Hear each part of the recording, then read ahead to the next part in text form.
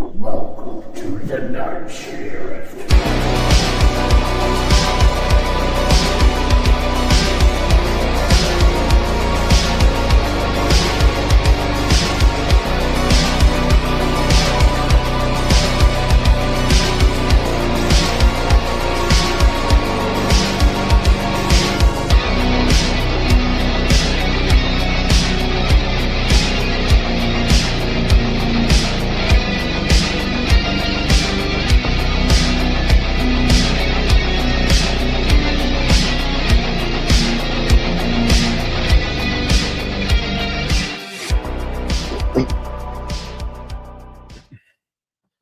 Welcome back to another The Night Shift. Thursday nights for the boys and for the Walking Dead out there. I'm one of them. On the night shift. Here we are. So we're waiting on two more. Yeah. Two more Marines. We are got gonna two join more us. in studio. We got two guests on lined up. We got Yeah. a good show tonight. So and we were worried it was going to be like, oh, it's just going to be the three of us. Like, that's not what happened. No, never good. is. Good. Topic of the night, though. Well, not topic of the night. Are Puerto Ricans Hispanic? So Lewis, our producer, is Puerto Rican, and I'm like, yeah, he's Hispanic. And Mike said, No, said he's not Puerto Rican. Like Puerto Ricans are Hispanic. he's Puerto Rican. Lewis, are you Hispanic? Yep, that's a fact. Okay, Yeah. but He's but Puerto Rican, but and he's okay. So when you say Hispanic, that sounds like a broad group of people. So if I ask you a question, like I'm being like, what is your background? What would you put him in a police report? If he was Hispanic. running away, Hispanic, he'd be- but that's in a police report because that's a generalized police report. I'm asking him a conversation piece like, where okay. are you from? I see where you're going. I want to know like where were you? I feel like Hispanic? this is a married fight because now you're backtracking. No, I'm not. Because I No. said, so you're saying Puerto Ricans aren't Hispanic? You said No. yes. What did you hear? What I asked him? I said, "What's your ethnic background?" Hispanic is a lot. But then you said Puerto Ricans aren't Hispanic. No, They're Puerto Ricans. He's when I asked that question, he's Puerto Rican. That's what he should say. He shouldn't say. That's he's like Hispanic. saying, No. but Irish people are white. That's right. I just got called a racist by a attorney back home. So that'll be an interesting clip when I clip that later. Well, I mean, all we're doing is trying to find out interesting. Interesting. Yeah. I get that. I get he is Hispanic in that broad sense. I was asking him a specific question. I got you. Yeah. I don't know, man. He could be Mexican. You may say Hispanic. Are they It could not? be some- I'm- They are, but I'm saying I wanted to know where he's from, not like Lake Mary. I wanted to know where he's from. okay. So Okay. Wants to know the origin. yes, that's why I wanted to know. Man. So you want to bring one of the stories we broke today was the Dallas Cowboys. What's his name? Marshawn Nealand. Yeah, we got Canine from Canine Sports here, who's going to come in. Counterculture Sports. Canine Sports, Counterculture Sports. Canine from There Counterculture you go. Sports. He's not Hispanic. He's Greek. I thought he was Hispanic. No, Yeah. he's Hey, Greek. CC's You can bring him in. He's like white Hispanic. CC's a Puerto Rican too. Oh, root. There What he is. up? There. Let's hear it. Yo. He's- Oh no. Are you talking? Yeah, I'm talking. Can you hear me? No. Oh man. Hold on. Oh, that's He had 30 Oh, minutes yeah. to get ready. Lewis this is Lewis's fault. Go ahead. I keep forgetting. I can't. Are you there?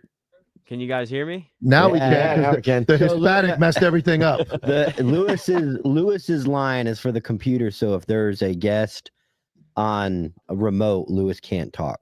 Right? Yeah. The sixth line. Yeah. All right. He can't talk. Not when there's somebody remote. Input or You have to send us signs again. If those weren't here last week, Lewis was thirsty. And instead of just asking for a drink, Or going and getting he one. put up on the screen, "I need water." Or, "Can I have a soda?" Can I have a soda? Can I have a soda? And So I was like, he's got his soda tonight. So, Kena, can you bring us up to speed on that There's got to be updates. that story? Yeah. So there's been a lot of updates. A lot has happened. First off, let me start off by saying I want to send my condolences to the Nealand family. Obviously, a tragic incident happened today. Definitely don't like hearing things like that, somebody taking their own life. But before we get into the depressing stuff, man, let's just bring up, it was only 3 nights ago that Marshawn actually scored a touchdown I saw that. in a Monday night football game against the Arizona Cardinals. He picked up a block punt and ran it for a touchdown. So he had a career night, Monday night, something that he was never really close to having. He was more of a special teams guy. So I was for him going to to ask. score a He's a special touchdown, teamer, right? yeah, he was more of a special teams guy. So for him to score a touchdown 3 nights ago, I mean, that was epic. So it's kind of crazy all of this happened after something like that. So obviously now let's that get can go. into That should show what the issue of mental health is, that Yeah. someone's at a career high point, But 3 days, You have no idea what's going on in their life. and it's something like that can happen. I mean, you are a special teams guy, your second season in the NFL, and you score a touchdown on Monday Night Football. That's big. And usually, if there's nothing going on mentally, someone's gonna that feeling is gonna last for a little bit. Yeah, 100%. I mean, just like you said, that goes to show you never really know. Like these guys could have it all. They could be NFL players. They could be scoring touchdowns, and mentally they might not be right, and things like this could happen. It could be happening to anybody. We look at these people and wish we had their lives, but we don't honestly know what they're going through. So, Do we you have know, any information on what was going on? so let's get into the depressing stuff. So he was pronounced dead this morning. His cause of death was said to be from an inflicted gunshot wound. He was in a police chase for a traffic violation by the Frisco Police Department. He got away from them. They couldn't find him. They tried to stop him. He wouldn't stop. They lost sight of the car. Then they finally found the car. He wasn't in the car. So they searched the areas. They had canine cops, drones. They had everything out there. They couldn't find him. Then they got a tip that came in that he was apparently suicidal. Now, the tip came from his girlfriend, Catalina. She ended up calling 911 from her house, saying that he sent her a text message saying that he's going to end it all. He was sending text messages to his family saying goodbye, just random things that were obviously depressing. And he's had a past with mental health issues and being suicidal and depression. So they were obviously worried. The cops went to the house to do a wellness check. Nobody answered the door. Nobody was there. So then they go back searching for him. They're continuing to search for him. They find the car. The car looks like it was in a car accident. He's not in the car. They start searching the area again, and they found him dead, which it looked like he shot himself in the head. Yeah. I mean, and like you said, like everybody looks at these guys like they have the greatest life, and not to compare it all, but being on TV, being on podcasts, putting yourself in the light of that much pressure on TV plays, everybody's watching every move, everything you do on and off the field. Then you have probably personal issues at home, family fights, all that stuff they're dealing with. They got to be at practice. They have their lives are controlled the whole season. So you start to think about that, and it is depressing to think how much stress and pressure those guys are under constantly. Yeah. I mean, he was still on his rookie contract, right? Yeah, he was a second round pick last year. Didn't really get much playing time his rookie year. This year, he actually got a sack week 1 against Jalen Hurts. So that was a highlight for him. He was a pass rusher. But for the most part, he was more of a special teams guy. And the highlight of his career was 3 nights ago, Monday night, where he scored a touchdown on a block punt.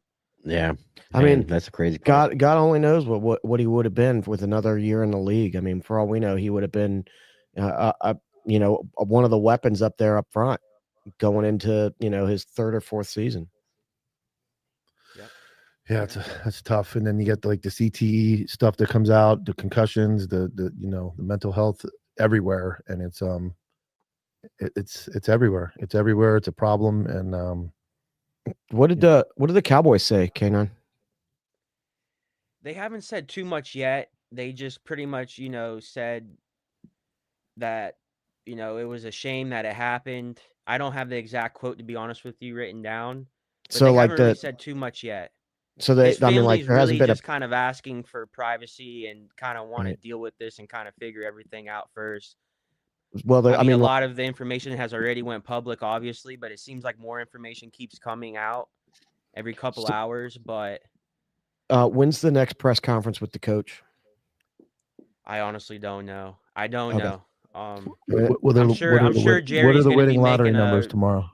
Yeah. I'm sure No, Jerry's well- gonna be making an appearance tomorrow, 100%. He's Yeah. always on the radio anyway, so he's definitely gonna make an appearance tomorrow. Yeah. Well, I mean, once the head coach does a friggin' press conference, like that's going to be like question one. Yeah, you can't avoid that. Yeah. Well, Well, let's remember this is the Cowboys, and the head coach doesn't really do much of the talking. It's going to be Jerry. It's going to be Jerry Yeah, I guess Jones. that's a good answering point. That's a questions great and point. doing all the talking.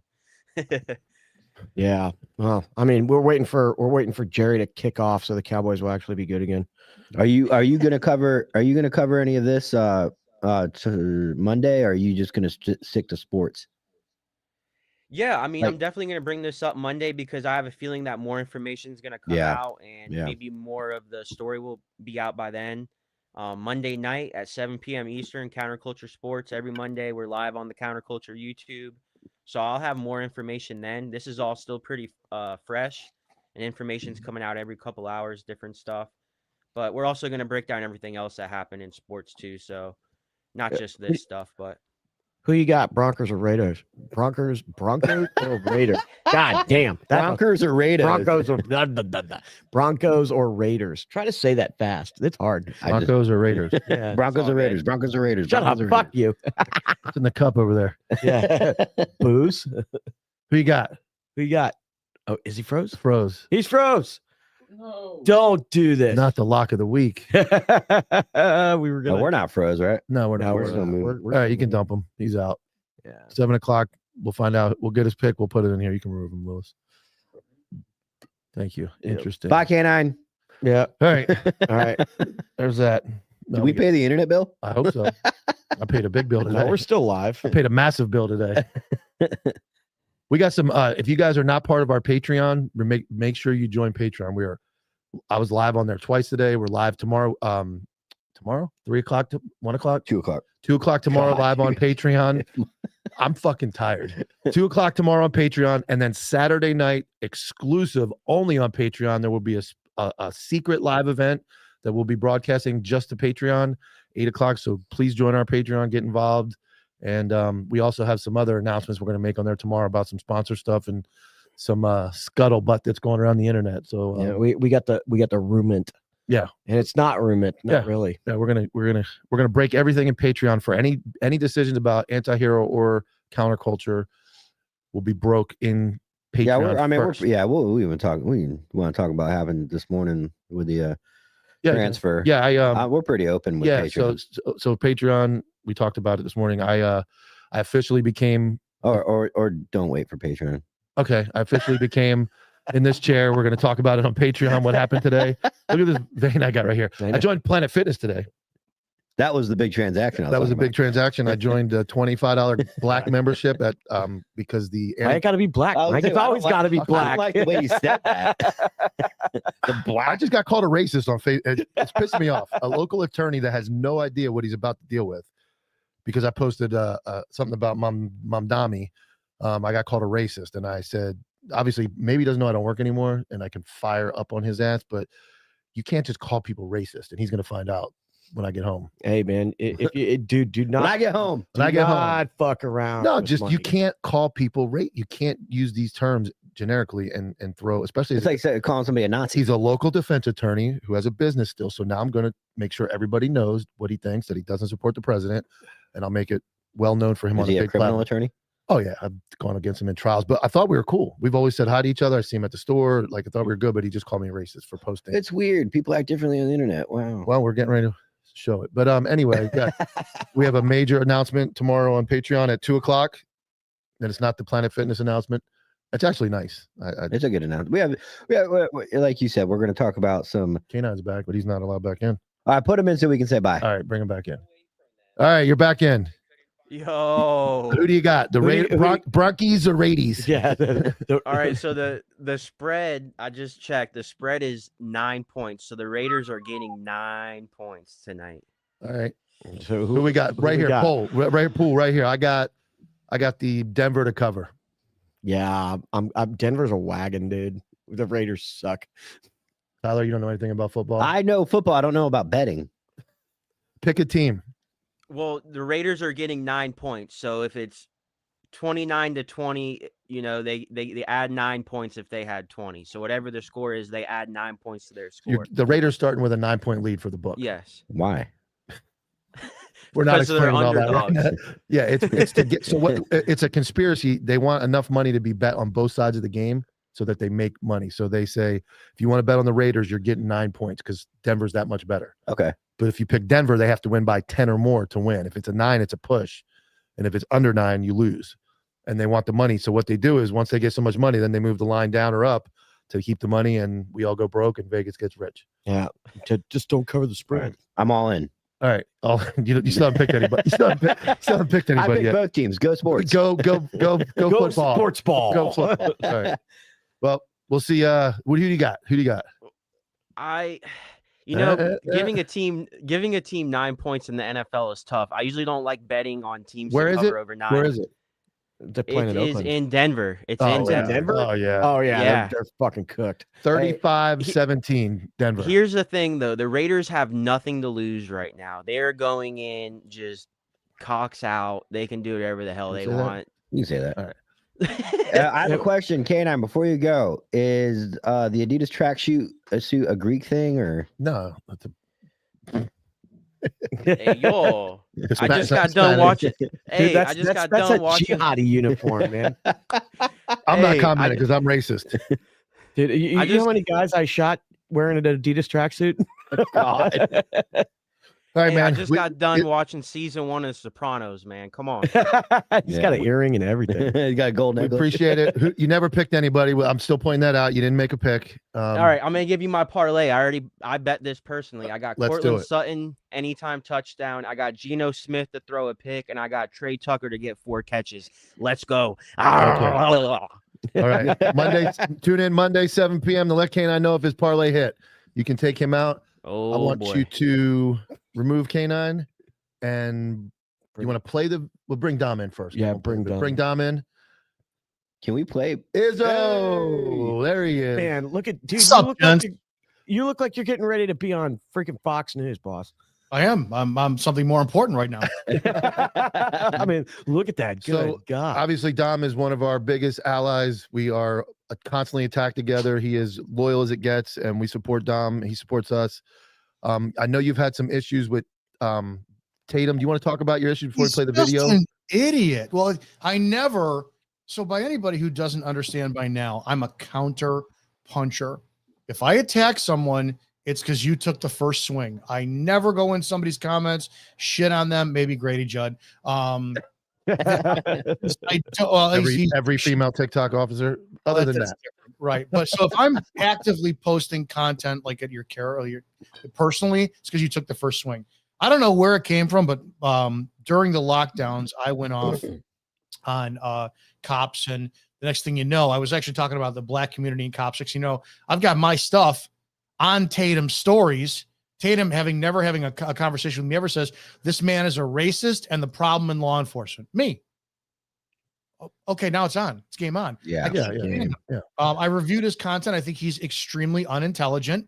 I debunked 2 of his videos on the Florida stop with the black guy who asked for a supervisor, gets punched after the windows open. And Tatum is he's an extremely unintelligent man who is the quintessential token Negro of the conservative party. They put him in place because he had spent a little time as a cop. I don't know his service very record. much. I don't think he's got much history as a cop, right? He still served, right? It's okay. I get enough. If he did 3 years, that's experience, right? Okay. So I mean, you look at like someone like donut operator. I think donut operator's got like 2 years as a cop, and everyone thinks platform. Yeah, and he's a cat's ass with it. So I'm not going to take that away from Morgan him. Wallen. That's why. Yeah. He's a good looking dude. Who is? That donut operator. Donut. dude. Oh, I'm not gay. he's a handsome man. Yeah, he's got like a Morgan Wallen look to him, like Yeah. rugged country star type look. Fuck him for not for his commentary, but fuck him for being better looking than me. Yeah. I saw you benching some weight. I saw you putting up some weight today too. Silver Fox. Look at you. Hey, he was throwing 300 around today. I Oh saw. shit. Yeah, I had like 2-3 reps in me, but I'm like, I thought you were going to do another one, and then you racked it. that's why I paused.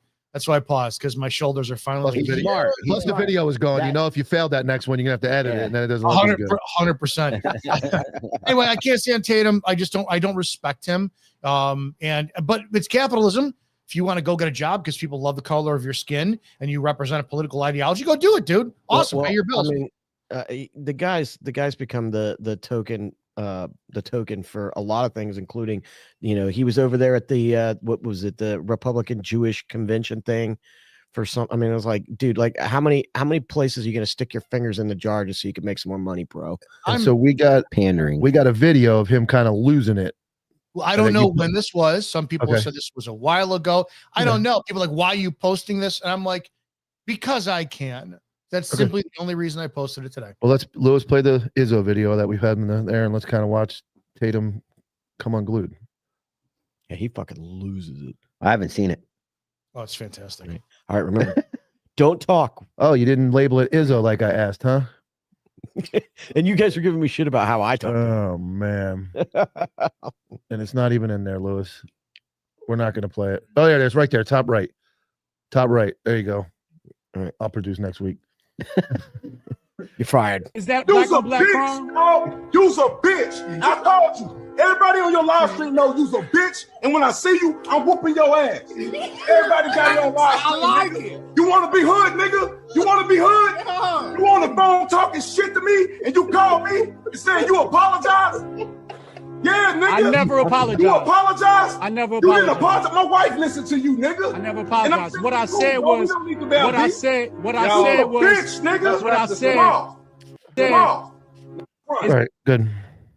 Wow. Doesn't he spend a ton of time preaching black community is acting a fool? That If had you to be act a that fool has on to, Sunday stuff, you that has just to be lie, that has you to be won't old. lie. That has to be an old video, I would think. Uh, His setup Good. is very professional Yeah, now. good Well, dig up. professional by the way. looking now, and he's very big up in there in the political. Which again, he was a cop for a few years, and he's got some political following, mass following. Seems weird. Yeah, I mean, Here, whether go ahead. whether it was old or not, I mean, like I'm with Dom on this one. Like, dude, you're gonna sit there and talk your fucking bullshit, and then you're gonna go ahead, like, I can go back not that far and pull this shit up. Go fuck yourself. Here's dude. where I'm disappointed, and I said this morning, is a guy that's a cop with that platform. I'm disappointed that he knows about Sal Aldradi's situation in Jersey, and he doesn't use that platform Thank you. for that kind of stuff. And I understand it becomes moneymaker. It's your job. I get it. But that is what we always talk about, is that brotherhood thing that doesn't exist. Is there's a cop struggling with a false indictment, and you have this massive platform of connections to national politicians and people that can throw their weight around and actually make a difference. And you kind of entertain the family. I know he's talked to them, but I would expect somebody like him to be so upset with a case like that he would make that a mission. And that's where I don't know him personally. I don't know much about him. I'm just disappointed that he has that platform and doesn't use it for that kind of He talks exposure. He talks about being a cop. He likes to wear all the accoutrements in the war. I don't but know. he ain't I don't know him. I'm just saying, I know if I got that big, I would I'll never say it. lose who I was, and I'll I say it. would fight for those. I'll guys. say it to his face, man. Like, you want to wear all the accoutrements of being a cop, but you don't want to fucking do it. Because what do you think, Dom? I mean, What's you an have accoutrement? I don't know. I think he's God, right. I think used another big word. It's a great word. I would say it accoutrement. but Oh, it's, okay. Roger that. Come on, man. I got a cooking channel now. Get on that. That's what I heard. I think that it's 100% right. Once you get to the point where you're talking everything political, and I don't have a dog in the fight over the Israel-Palestine crap. I don't want to, I'm not getting involved in that Yep. shit. But if you're going to go that direction, drop the officer from your title. Absolutely. Yeah, right now you misrepresent what your brand is. Yeah. If your brand is that you're a cop, then fucking support cops, man. Somebody like Sal. Yeah, that's where I'm disappointed. And I always say, if I don't care about getting that big, but if I did, I know that my character would not allow me to forget that those guys are the people that we start with a small following and it grows, and I would never forget those people. And I answer every DM. I know you do as well, Dom. You're big about that. Interacting, and it's it's mind-boggling to keep up with those messages. He doesn't answer my DM. Are you sending? If you lead with a dick pic, he might look at it. I'm not gay, right? But at the same time, you understand something. I appreciate, because I do get the gay men who slide my DMs and hit on me. And I'm like, brother, it's a compliment. You're gonna say no, it's not gonna happen, man. Maybe if I get drunk one day, I'll send you some butthole pictures, but it's not gonna happen. Oh man. I mean, there's a whole crew of people out there that like to talk about being the thin blue line. They like talking about being cops, and then when it's time to do fucking cop shit, like you guys are fucking nowhere to be found. Somebody just posted online that all the NYPD officers they talked to yesterday because of that election, they're all resigning. And I put in this comment, not a fucking chance in hell is one of them going to do it. I'll be interested to see. They should. Yep. They're not going to. You're somebody going to give up a job they've spent 10 years on, getting a paycheck, all because some political. They couldn't stand up during a pandemic and say, no, we're not going to do this. Not going to stand up. My disappointment there is with the unions because the unions didn't support anybody in Jersey or New York. The police union just stayed out. They run out of Democrats? Yeah. They actually no, because in Jersey the big one was that election, and the union didn't support either candidate. But by not supporting the Republican, you might as well just endorsed the Democrat. I've never known a union not to support Democrats. Yeah, they stayed out of it this one, but and that was unfortunate for our buddy Sal because the Republican had said he was going to get rid of that attorney general and drop his charges. So Sal's back on the hook. But like I said, I mean, we're cops. You really don't dabble in the politics either. You stick to police culture and you know, you have plenty of experience in that area and you've got a big platform and you stay kind of true to that.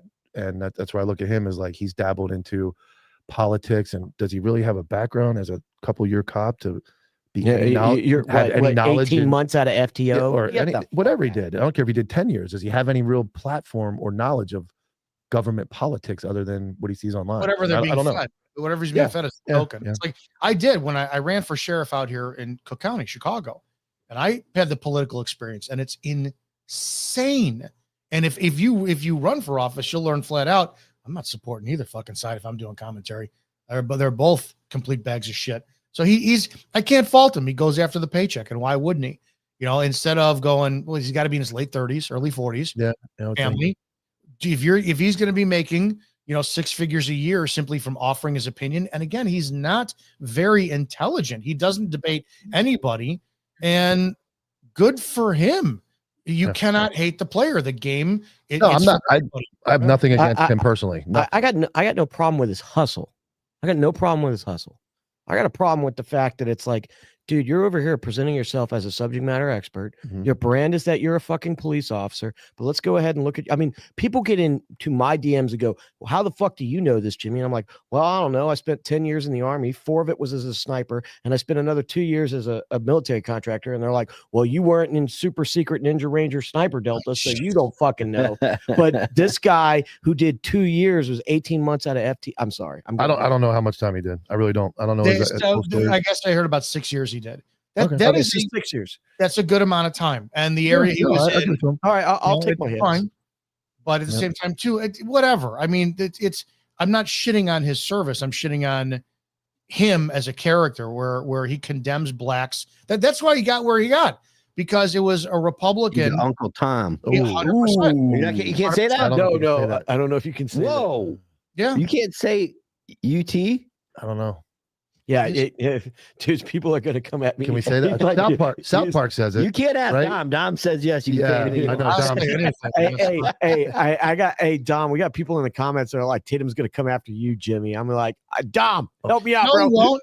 No, he won't. He doesn't. And he's smart because the problem is he's very passive. He went after Lackluster, who is a journalist who does the First Amendment, or he does. Mm-hmm. He's extremely intelligent. The guy, I believe he was military too. I did an interview with him once. He's unlike me. He's different than me, where he's methodical, slow, educated, takes his time.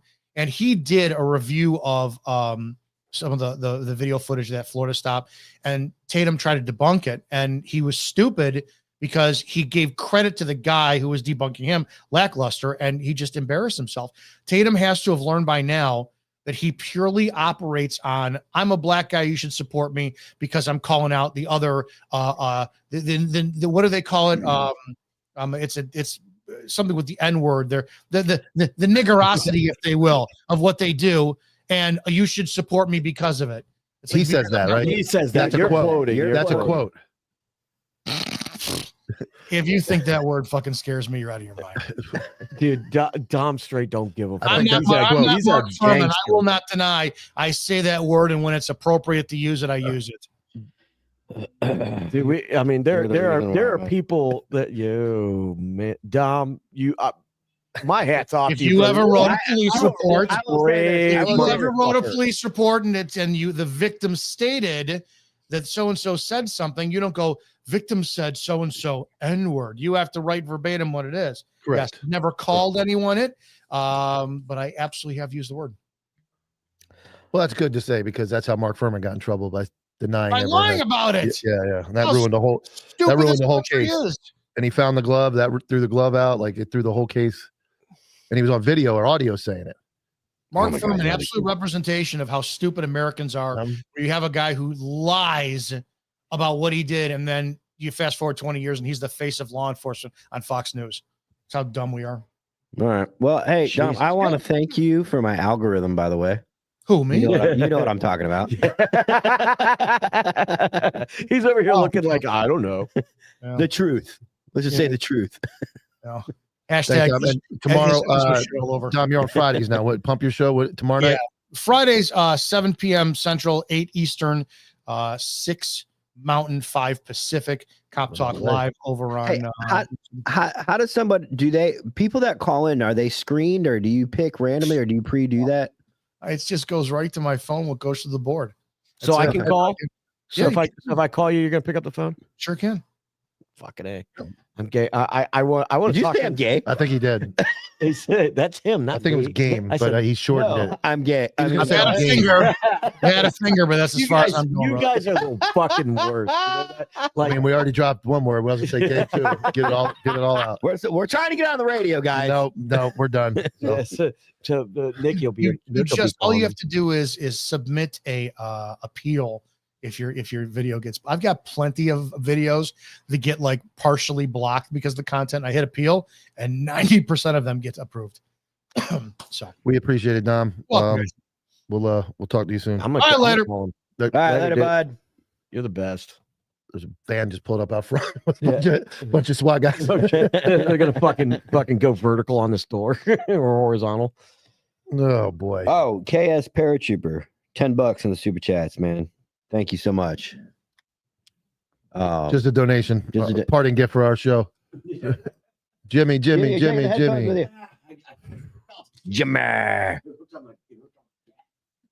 Want to do a video? Yeah, without Jimmy. Jimmy Where you left. go? Are they here? I don't care. We got some people joining us. Hale, you want to bring them in? Go ahead, hit a video. Hit a video. Oh, you got another shot. Oh, we got a super chat. Oh, what is Close it? out. Jimmy who? Damn. Jimmy's making us money. Single wide Steve. That's okay, but there's double wide Dan and single wide Steve. We got Clint, double wide Dan, single wide and Steve. you're telling me double wide Dan is not single wide Steve? No, they're brothers. They live right next door to each other. What in the fuck? We got guests. Who's sitting close to the. Hey, come on. Oh yeah, man, pick one. If you're ready to show your legs off, you can sit here. What's up, brother? What's up? Marines are in the house. I gotta Hoorah. adjust the cameras. So Hoorah. How you Let's doing? go. How you doing? We get people right in mid-show. We pull people off the street for views. Yeah. We get canceled. We bring in more people. What's going on? You guys just missed it, man. All the smoke was coming. No, we don't have the smoke. Delete that part. So, How we doing? introduce yourself to all of our guests. Start here. Go first. Yeah, go Angel, ahead. I'm back. Angel, Like so what, there's yep, like a month ago. United States Marines. Are Puerto Ricans Hispanic? If I ask you where you're from and you say Hispanic, two separate questions. no. I asked I'm him. listening. I'm listening. Okay. I asked Lewis,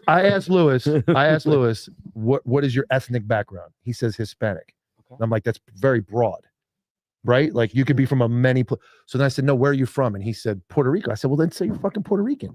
What do you think about that? Like, if I ask you where you're, what are you going to say? I guess that's fair. So, for me, I think a lot of people just already assume they're like, "Hey, you're Mexican." Everybody, I get that. Right. Everybody who's brown is So- Mexican, but I don't assume. I want to know. Right. Okay.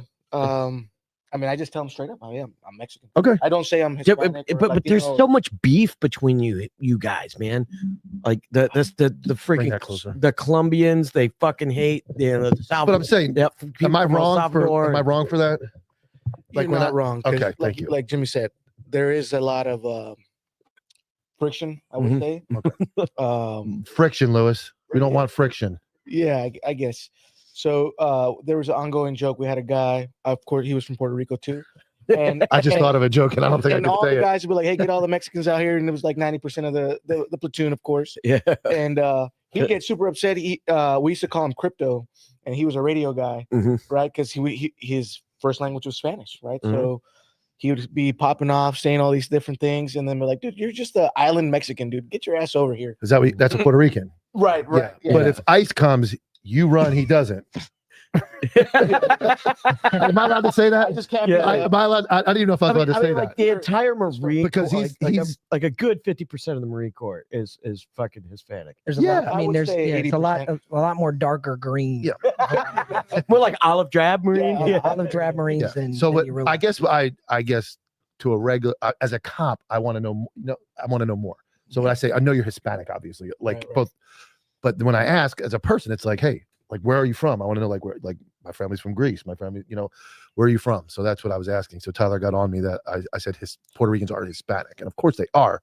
But I'm asking a real question, like give me details. Where are you Right, from? Right. Here we go. Anybody want a water, beer, or a Monster? I'm gonna have to make another mixed drink. I have water right now. Thank you. We're good, thank you. Can I do a water, please? Yeah. With lemon. We'll start with lemon. Fucker said, Can I have "Please." With lemon. Okay. Yeah. Lemon. Other guests Are introduce. you in the, were you in the Air Let them Force? introduce Oh, yeah, themselves. Go ahead. Coast Guard. I'm Chris. Me and Busso served together. We were in the Okay. Marine Corps together. Deployed both of our times. So you guys are getting he ready to knows like that. party up in like 4 days. Oh yeah, yeah. It's the second. The second. Two birthday that 250, man. Yeah. It's dude, The day I'm before, partying right? with you The guys. day before Yeah. Veterans Day.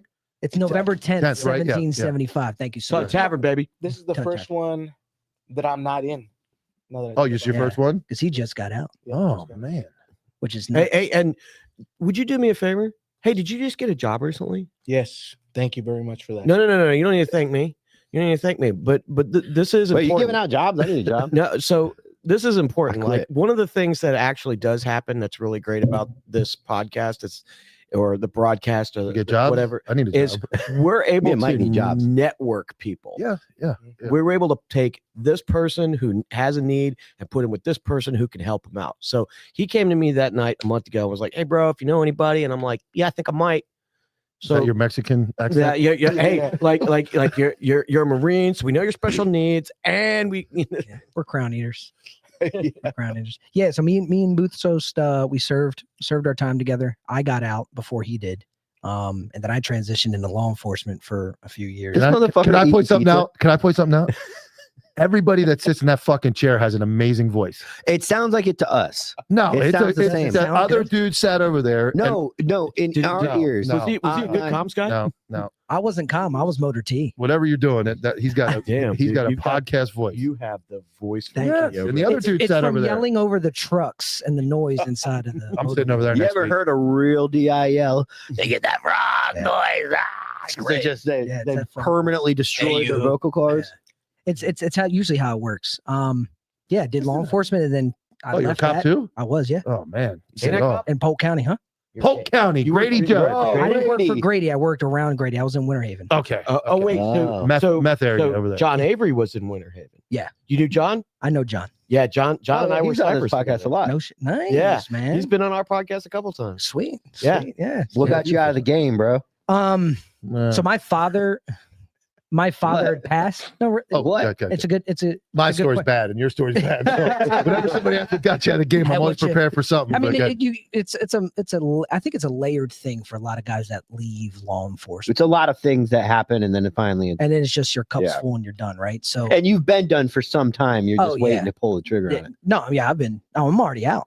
No, I'm saying, but Right. when you make that decision, when one leaves law enforcement, usually it's been on their mind for a while. Yeah. They're not just they don't just wake up one day and go, "Hey, what I eat, sleep, and breathed, and put in the blood I put into this job."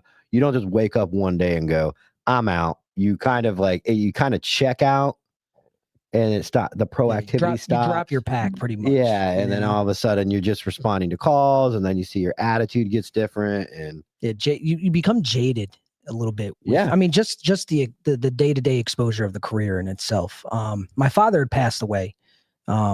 He was involved in an officer-involved shooting down in Fort Lauderdale. He had a diabetic episode behind the wheel, and it transitioned into him losing his life. Sorry, brother. Yeah, that's all good, man. I appreciate it. So What that year? kind What year was that? 2018. And you were a 2019? cop when that I was, happened. yeah. And that I lost my dad in 2011. I'm sorry to hear that. Unexpectedly as Yeah. well. And I was a cop, and that led to my years of alcoholism. Yeah. I went real deep in the bottle for about 5 or 6 years. It's definitely tough. Yes. So I'm happy on your this side of it now. Yeah. It took a long time to Type your name. it took a long time to get through that, and my mom suffered, and watching that go down, and then having the job, I know what you went through. Yeah, I mean, like, how do you even process that? I mean, are they going to give you time off? Yeah, they do all that, and they all show up to the funeral like they care about you, and then years later they shit all over you. But I guess that was my moment of life is pretty serious. Yeah. Like you lose your dad. You're a little kid, you run around, dad is dad. Yeah. You don't expect, like, you find out Santa Claus wasn't real, and that was a huge disappointment. And then you lose grandparents, but you're like, oh, I really don't know them. Their grandparents are older. Yeah. Dad dying was real. The way my grandfather would explain it, right? You die 3 times in your life, right? The first time is when you lose your innocence, right? The mortality of life is now apparent as a teenager. Like, I can mess up and die. There's serious consequences. Second time is your physical death, right? The third time is the last time your name is spoken amongst your friends and family. Yeah. Right. Yeah. So that's why we always, it's a thing within law enforcement and military. Like, we get in a school circle and we start talking about the good times and the guys that are no longer sitting amongst us, right? To keep that throw a fundraiser or a ruck march whatever or it may a shooting be, right? event or something. Yes. I didn't have a relationship with my father growing up. It came towards a few days before my first deployment. So then I had 8 years with him before his passing, right? So it was a lot. And then the situation that he was involved in kind of like tore me on either side, because, like, I'm behind the badge, I understand it, but now, like, it's my father, right? Burn the candle on both ends, going in early, staying in late, catching more calls than what I should be catching. It started to affect my work, which then I fought with internally my integrity, right? Not becoming jaded and a liability on shift. And it was just time. Yeah. I commend you for doing that. I should have. On your own terms. Yeah. I should have. I was a raging alcoholic. I drove drunk many times and contradicted those years of my life by being a cop and having a massive alcohol problem.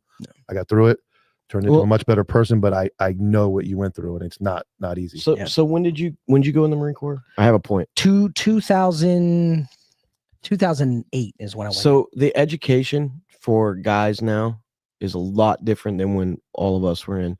There's guys now that, like, they understand, like, they're being told by leadership, like, hey guys, look out for this. Yeah. You're gonna have this problem. So when we were in, it was like, hey man, suck it up and fucking drive on, dude. Yeah. And I suffered more. It was very similar stories, very early similar. That me and my dad weren't very close as young, and we got closer near the end of his life.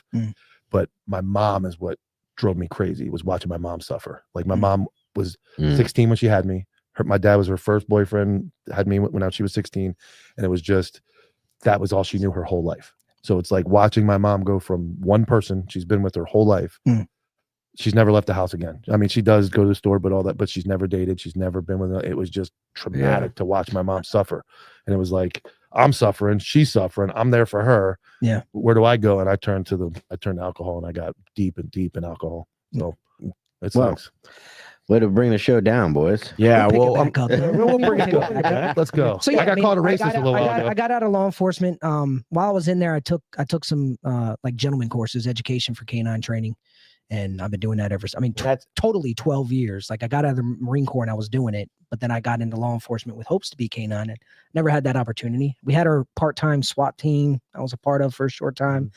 Within the short time of being in law enforcement, and then now I do train dogs, puppies. that's what Sean said. He That's said awesome. you're bad. I'm a dog I freak. appreciate I'm a that. dog freak. I know enough They to be make fun of me. dangerous. Yeah. So they make fun of me. did you know John Dog Athena? Yeah. That's my dog now. That's your dog now. Yeah, it's my daughter's dog. That's your actually. daughter's dog. Yeah. Good neutrality. It's a solid Dutchie, yeah. Yeah. Yeah. So she follows my daughter around everywhere. Nice. I mean, Like the I got her Twilight trained. Huh? You Like mind the Twilight Zone. throwing your the information of your You want me to? Is Yeah, that- absolutely. hell dude. yeah. Absolutely. Plug it. So Instagram, my personal page is nomad_decoy. And then my business page is Primal Canine, spelled out CANINE _FL Florida.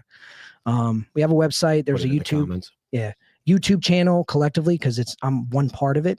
We have a West Coast and then a Georgia. Those guys just cleared a training property in Georgia, which is pretty cool. And we service everything from puppies to police canine and agencies. Where have you guys been? Like, where do you guys train? Where do you guys? I mean, I've traveled more being a trainer than I have in the service on leisure and as a cop.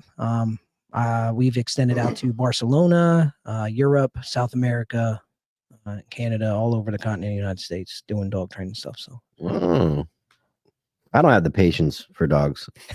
I have a pit bull. I was in the hood and my dog was chained to a fence, emaciated.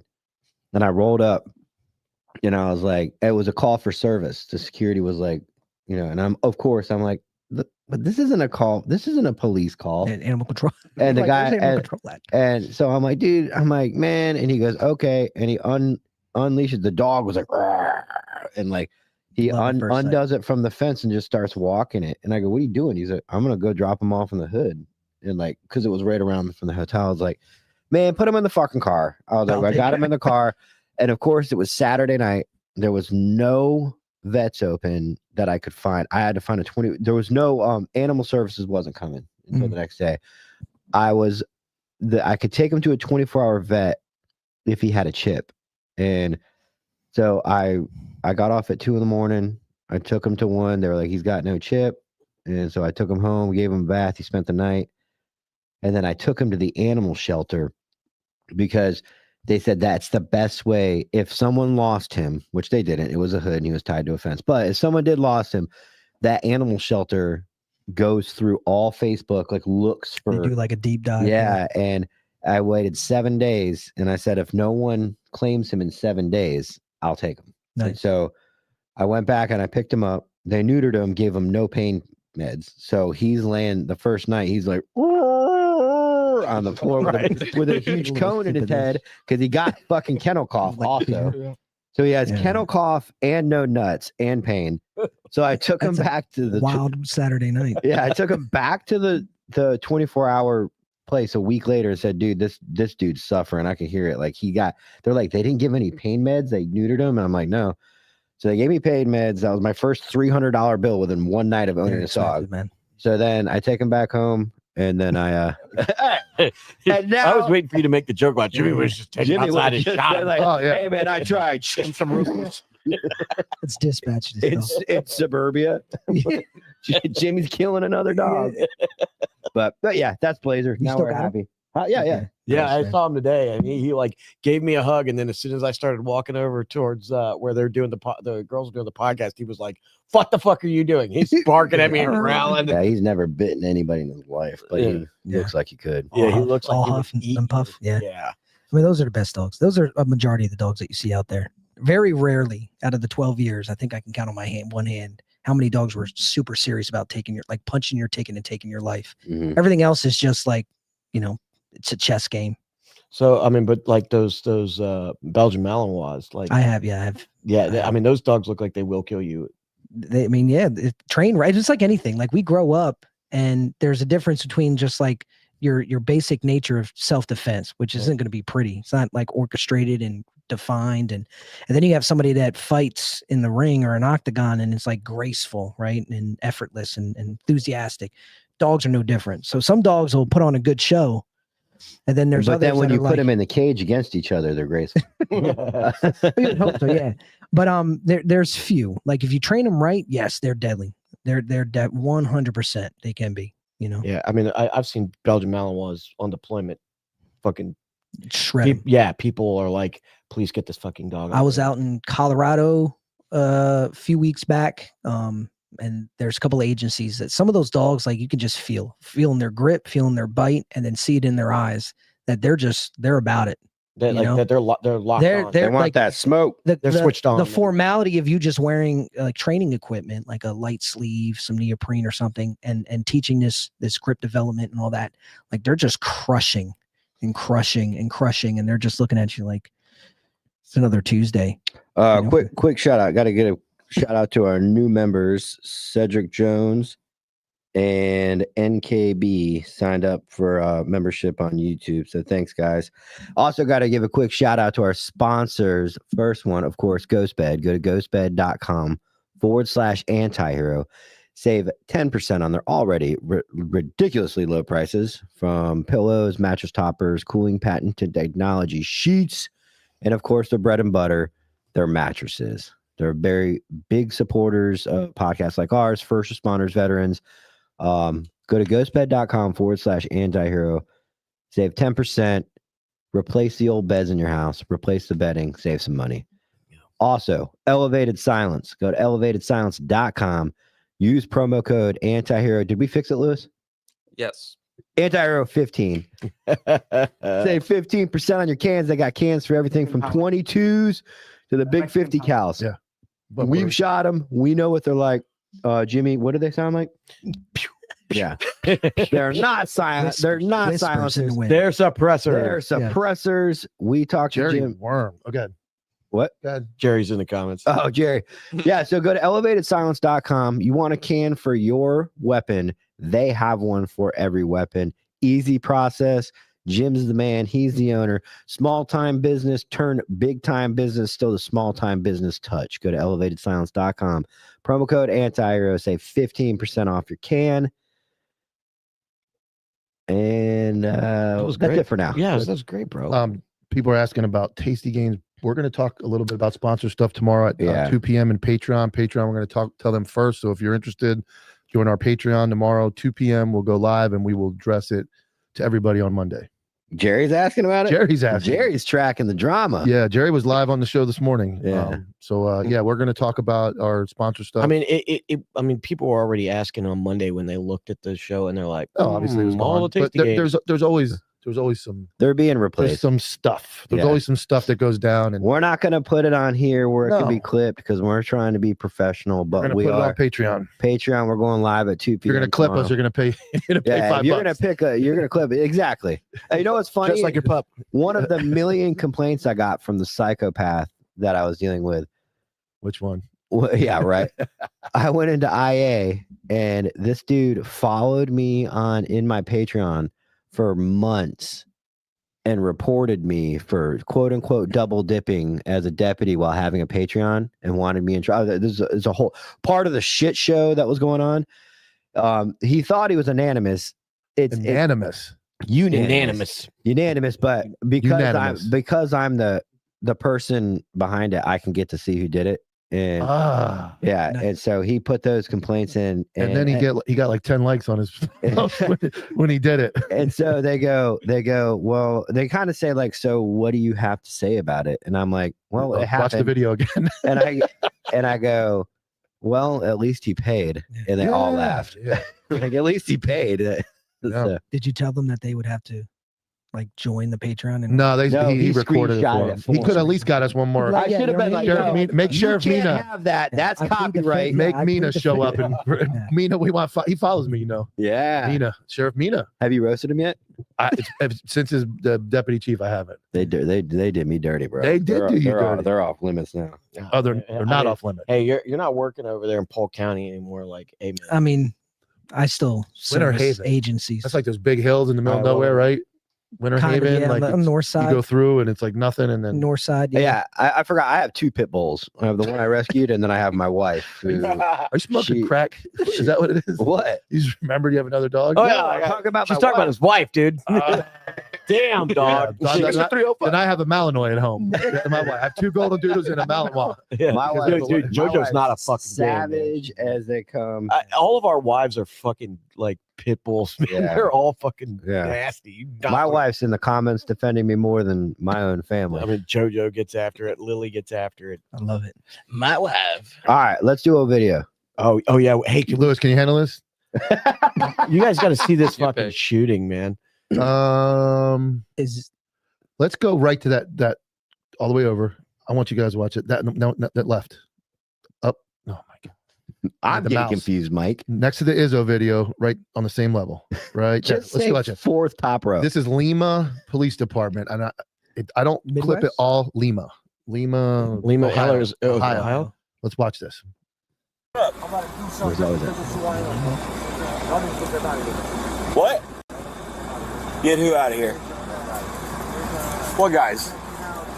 What? Pause it for a second. Lewis, pause it. So what you're watching is, okay, so you can't see this. There's the guy at the driver's side. There are 2 cops on the passenger side.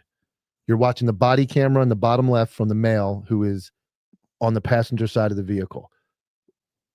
We'll watch it back again, but what that back guy in the back seat tells him is, I'm getting ready to do something. He tells him, like, He tells the primary. he tells the guy, that's what you watch. He's getting ready to say, we need to get him out. What my point is bad guys usually, and you know this, They you all know, project. they tell you they're going to do something Yeah. usually when they're really bad guys. They look at you and say, unfortunately, the Daytona cop that was killed. Mhm. The guy told him, or Volusia County, was it the deputy? Daytona PD. Okay, Daytona PD. He looked at him and said, bro, you don't want to do this. Like, you don't. Yeah, and they, he told they him. project some way. He said, you don't want to do it, and he ended up killing him. So in this case, this guy in the back seat says to that cop, I'm about to do something because of who I am. And the cop's like, what? What'd you say? And then he says, get him out. So let's watch. Hold on a second. Hold on. Get him out. Hold on. Hey, Now, pause it. Pause it. You have Two. 2 cops ran. Where's the Your third? injured officer is down on the ground. Was He's shot. Was he? Hold on. Wait. Parallel to that. If we're gonna break down video, I need you Let's guys see. big. Okay. So we need to do this because if I were to clip it, Flip you it. guys are a fucking tiny little inch big square. Well, when So- the producer flips it, go ahead. What, does he I know can't how? control it. That's a big 1 inch. So when you No, all no, right, no, Lewis, when Lewis, he what- says pause it, bring us back up. See the little boxes right there? New transition. There we go. There There we we go. go. There And we then go. you There can we just- go. So what you Good have job. here is what happened was he projects that he's going to do something. Mhm. The cop that is talking on the body camera is down. He's Other 2 cops beat feet. He is now by himself, shot what, on what, the side of the car. why aren't Well, they? let's just that's what I'm getting at. They Integrity. they run. So go ahead and you can go back to that and play the video. Bitches. Shots fired. Shots fired. And just the flashlight, you'll see it to the right of the car. He's laying in the bushes. That's him right there on the right. There he is. Now he's in a gunfight with that guy.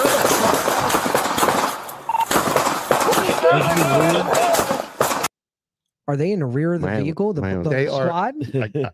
Your, We don't know. guess is as good as I mine. was So gonna he say, was. where the So, fuck are so they? he was Down. the one that was down. Was he flush with the passenger front He was the or one rear he window? was rear. He was the bad guy's in the rear seat. So, when you he's saw that talking to body him as camera, the primary's talking to the and there's a driver. cop next to him, And then female, he says, "I'm going to do something," Mhm. and then he acts on it. That Mhm. guy gets plopped, and he gets he's dropped. in a gunfight His by 2 himself. buddies decide to beat feet. Female and tuck other tail. male tuck tail and run. go figure. They're back I mean, behind the they're car. gone.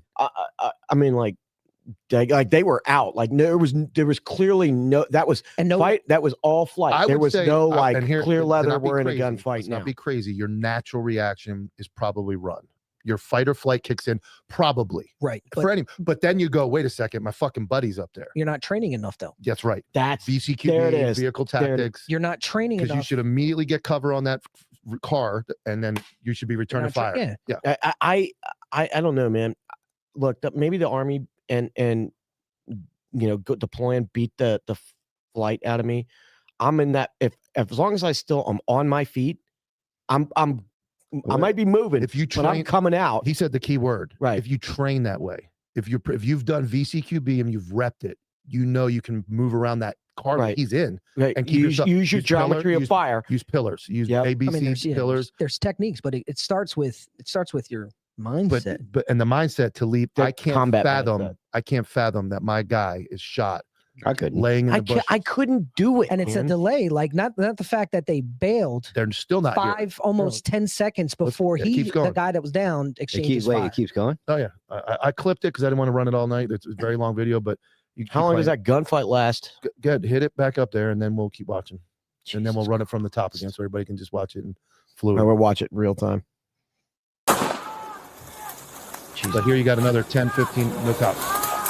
Where's his buddies, bro? I don't know. I mean, even being behind the vehicle and clearing fire to at least get him out of the range. All right, now let's run it from the top. I'll be quiet. I want you to listen to the guy in the back seat. Everybody, Quiet. silence. Listen to the guy in the back seat. What he says. What? Get who out of here? What guys? What? Hold on a second. Hold on. Get him out. Hold on. Hey, Where'd he get hit? Chest. He was Yeah, he's square in the with the he's in door. the hospital. He lived. Cop lived. They found He the have his bad vest guy on? later on. Yeah. He's in stable condition. He got hit in the chest. The bad guy get hit at all? Yeah, he's not dead. He's in the hospital as well. But he got hit by the cop. They shot him. They ended up fleeing, and they found him later on. But it's you're right. It's training. It's in your mind. Have those two cops thought like we're going to get in a gunfight? Well, It doesn't appear. I'm the one that's never been a cop here, and so here's what I'm going to ask: like, how many of these Has Angel stops? been a cop? Well, no, I mean, No. I normally. I'm sorry, my bad, Angel.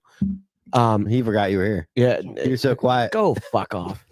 So, how many of these stops do you do a night?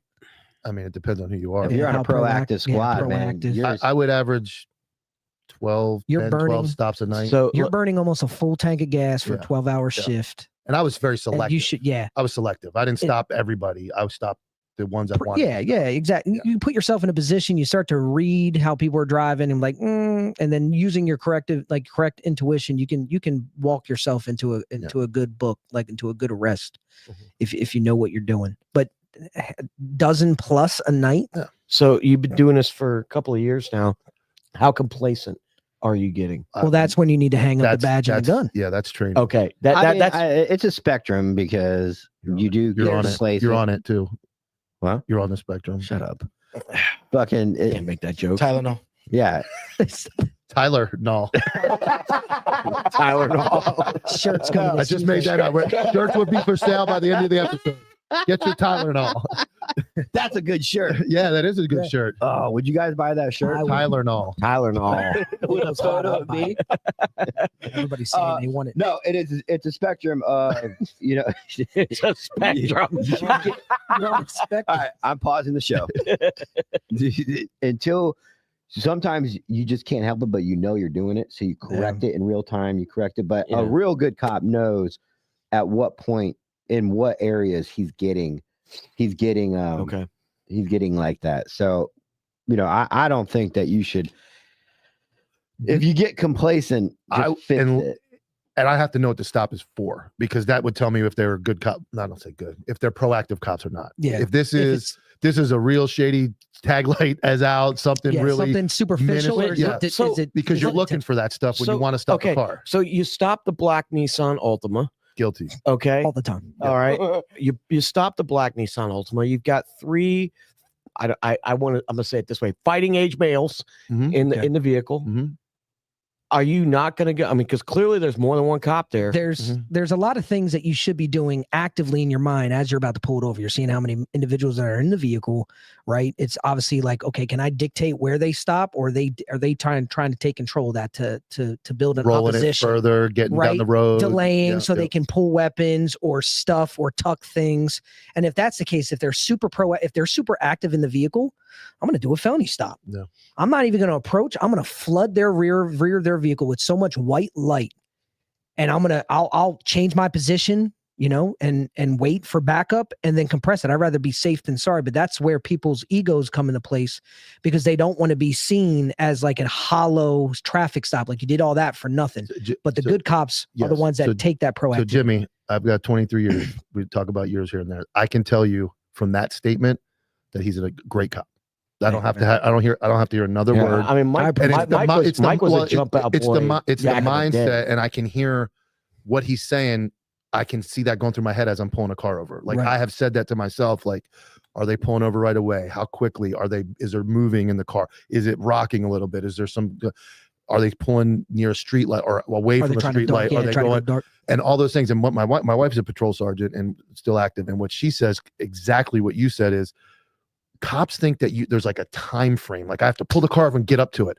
My wife will not walk up to a car until all four windows are down. If there's four people or how many people there are, doesn't matter. All four windows go down. And well, the time frame thing comes from shitty FTOs teaching you that, striking fear in you that you don't own that car, because they don't want to. You have to. Case law says that you only have this much time. Like I have as much time in the fucking world. I will 100% sit in front of a judge every time if I need to specify why I took my time, because that's different. That's me writing a citation after the investigation. So he's on your jump out crew now. Absolutely.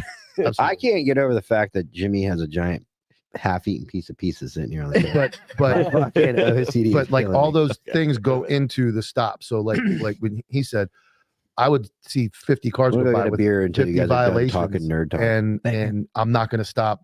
I'm going to stop one of them, and it's the right one. And I can't tell you, it has nothing to do with the race and color of the driver. It has nothing to do with anything. There is just a fictitious calculation that goes on in my head that nobody else would understand.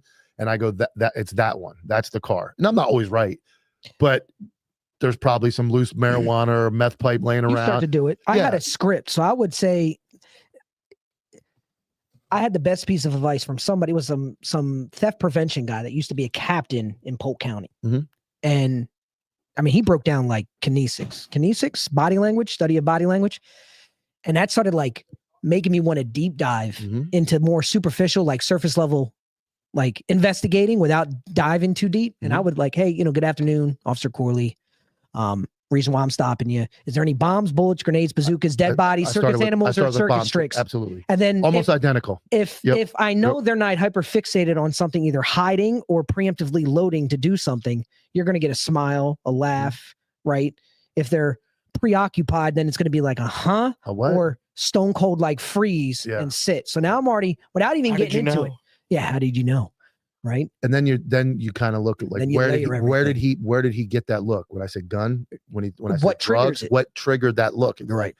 And then I think one of the other massive parts of this interview process, which I know young cops are very bad about, is they jump straight to the point of what the conversation needs, what they want to ask. And I am from 900 different cities. If I stop you and you tell me you're from Chicago, I've got an aunt in Chicago. I've got an uncle in Chicago. Yeah. I love the pizza in Chicago. You tell me you're from Jersey, I got a cousin in Atlantic City. You tell me you're from LA. Oh, I've never been to California in my life. I've been to LA. I love LA. LA's great this time of year. Who lives in LA? You're keeping their mind off it. And that gives you time to see, are they engaging in the conversation? Or like, LA, California. And they're like, man, this gun's in my pocket. Fuck, I got this drugs. Yeah, man. Like they don't want to look. And that's the easiest way I can explain. You guys still nerding out on traffic stops? We're talking about our setting the standard. We weren't Disney cops. We did like some police work. Disney cop. Mickey Mouse police. Working gay fucking. I was like Judge Dredd out working there, gay concerts at the Planet Hollywood. Ask him about the gay concert he worked at Planet Hollywood. That's his job as a cop. My God, that was a crazy story. Anyway, for you guys that tuned in to watch the cop podcast, we're talking about cop stuff. You can believe it's not a cop podcast. Don't label us like it's a lot of first things. responder. There's I mean, I would layer like how I'd flash, like overload their retina. He went right back into it. Yeah, he didn't even miss a beat, dude. There's things I think, and again, I short rotation as a cop, but there's a lot of things that I think that some jaded FTOs need to come up off of, right? Because it's more so their time. They don't want to stay late. They don't want to have to go through additional work because the rookie's picking up shifts or calls for service, and that will put somebody in the grave quicker than anything. It's and then slowing down. It's unfortunate that guys like us are usually not looked at like instructor type people because of what we did. We were just busy being cops. But I say this now after I've matured, that if people listen to what we're talking about, honestly, if we stood in front of a bunch of young cops, we would make more impact than any FTO in probably an 8-hour day. I mean, you've done it longer. Yeah, but I can just, you need to be more. It just doesn't. It's not in the cards for me. It's not. I mean, it's tough in the cop world to say, oh, I did this, I did that, and we just, oh, this guy's a bragger, and I gave up on trying to just show that I'm trying to do it for the right reason. Yeah. If anybody ever calls me, I have guys that call me, patrol sergeants. Hey, I explained how I kept notes on guys and how I organized like different parts of town with the criminal activity and did some research and kept notes in databases. That's the difference between it being a passion and just a part-time. I wrote like intel reports for myself on street level stuff as a cop, as a regular road guy. So, but my point is like, if you try to get out and teach it, it's just so colluded with guys trying to make money. And I would do it more for, I'd want to make money, but I wouldn't want to be rich off of it. I really have a passion for being able to teach these young guys like that level of law enforcement, because that's where real cops. We got to get to it. We got to get another video at some point. I think you guys would talk for another 3 hours. Yeah, we'll do a podcast. I'll have you on. I'll have you on. Yeah, we'll talk. We'll talk about cop stuff that Tyler didn't do. Just go right down the top row, Lewis. Go to that next one up. There you go. I don't know what it is, but let's watch it. Looks like somebody getting bit. I want to do that 3-way gunfight. You chuck it on your mother and you chuck it on your father. You chuck it on your brother and you chuck it on your sister. You chuck it on that one and you chuck it on me. Bad boy. gonna do when they come for you? Bad boy, bad boy. What you gonna do? What you gonna do when they come for you? Bad boy, bad boy. What you gonna do? What you gonna do when they come for you? Bad boy, bad boy. What you gonna do? What you gonna do when they come for you? Nobody now give you no break. Police now give you no break. Nobody come soldier man now give you no break. And even your own now give you no break. 25 feet of copper Well, we coil just will get you. So I love the fact that guy didn't trust the taser worked the first time. He went on and played his cards. My favorite that part of second that time. My favorite part of that video was, He was like, the shake and bake, nah. man. Yeah. He was like, you know what? I've never had any formal training, but you know what? Fuck it. That's Vegas. And that guy caught some heat. I know people that know Tone Alert guys know him. Oh yeah. And they said he's a squared away dude. And people are like, oh, this training, that motherfucker All wasn't. is fair. There was no give up. That in that. whole He was in that fight. Yeah. He was gonna fucking. And you know what? I liked how he had two guys now that he is going to take to jail or put charges on, and he's still stuck with original Uno, Mr. Number One. Yeah. He was like, no, you. Catch his hands. You know, he's like, Is that the doctor or the lawyer of the group? What? Which guy was that? He was gonna be the astronaut, Mike. Oh, and now this cop ruined his chances. I mean, like I said, it was very dangerous. That could have gone bad. That could many have gone times. That could way Weapon bad. retention. But it was nice to see the citizens jump out. And, Oh yeah, I Yeah, mean that Jeep came up and was like, "Yo, bro, you Well, want some?" that dude probably lost like 10 grand at the blackjack table. He's like, I'm the fucking somebody's this fucking anger. Free So set, He's at free, he's in free a- set on the street. Yeah, of yeah. Airport. He's in an argument with his wife on the phone. Yeah, he's like, Getting- fuck, hold on, babe. Y'all can catch these hands. Yeah. I'm gonna go beat somebody since I can't beat you. Whoa. That's what he said. I'm Oh, the fictional story. All right. My boy thought he was going to pull the prongs out of that thing. And Yeah, got the there's second- nothing cooler than that He taser stepped lock. up from the first one. Yeah. Didn't work. All right. Top left. Oh, you're just jumping around though? All right, top left. You're dying for this one? Is this the one? I really want to see. All right. I Is really this want- you said this is the three-way gunfight? Yeah, well, it's three different at cameras. All right, let's go, Lewis. Lewis. If I put it down, bro, I'm gonna shoot you, bro. I'm gonna shoot you, bro. You better put it down, bro. You better put it down, bro. I'm gonna shoot you. Put it down. Put it down. Put it down. Hell of a shot, man. Ceasefire, ceasefire, ceasefire. Ceasefire, ceasefire. Ceasefire. That's a I do fucking- too. All right, Wait, all wait. right, Watch go, the second one. The second one's important. Blow it up, Lewis, so everybody can see it. I got him.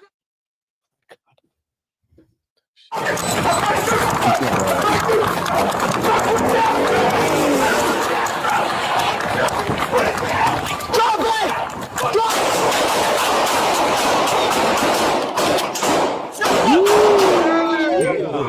He trains. Yes. He trains. Dude, did you see Hold that? on, hold on. But like I said before, wait. Okay. Did you So- see that there was a friendly in his line of fire as went he's doing around. remedial action? Yeah.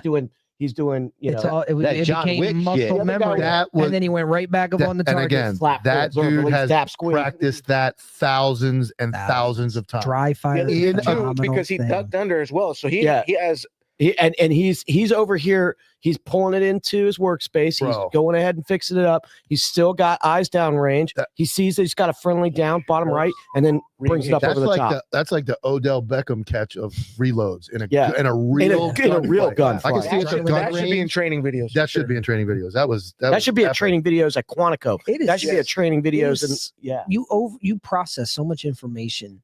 You know, you're trying to stay on the fire. You're trying to stay in line with the fire. Get That's a ahead. hell of a shot. Too, by the way. Momentum. Hell of a shot. And then the fact that he had that malfunction, he didn't dip, dodge, and hide behind cover to figure it out. Like he slowed his pace, corrected the error, and then went right back on it. Man, that was nice. That was a wild reload. Give him a promotion. Yep. Yeah. Is there more? Promote Another ahead angle? of Pierce. Promote ahead of Pierce. No, The two angles. he's a street guy. He's not There's- getting anywhere. Yeah, He'll be, but he'll I do mean, that the like, rest of his life. How about the cardio on both of them as well? Good. Running full speed, both Yelling. And taking Skilling. that shot. Yeah. and to be, I mean, I the guy that was yelling was like he was black. He was Yeah, it you know was- what? No, he was black. yeah. It was No, we're talking about Cooper's colors. He was Mexican. Fuck, Jimmy. He wasn't. a little bit of an OODA loop. He didn't. Oh, you Chat, mean was he he was Hispanic? Hispanic? Yeah, we're talking about Cooper's colors. He was okay. I don't know that he Cooper's was. colors. So you got Black is usually out of Colors, control. Okay. right.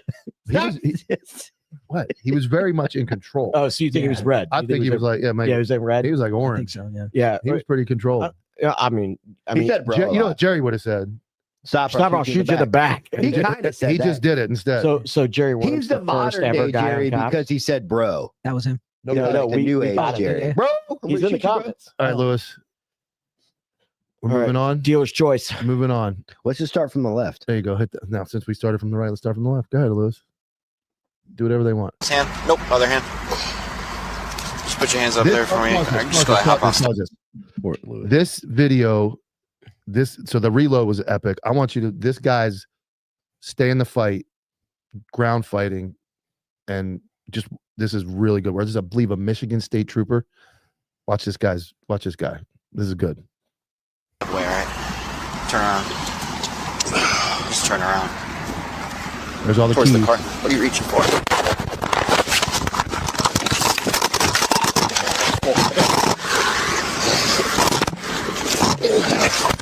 20-3, truck fighting. Good job. Balls out. Much smaller guy. Look at that ground fighting. Jiu-jitsu. Where's Brennan?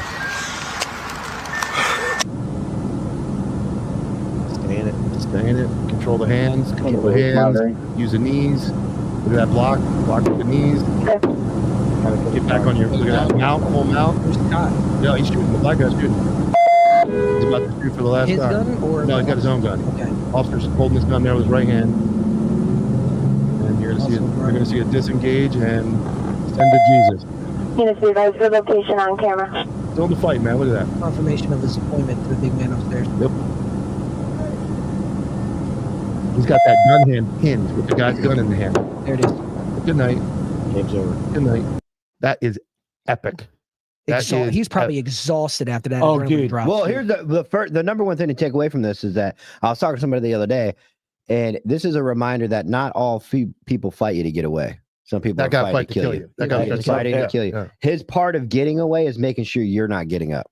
And he knows he especially knew that cop, without neutralizing that cop wasn't going to stop. He wasn't going to take a hit and go run.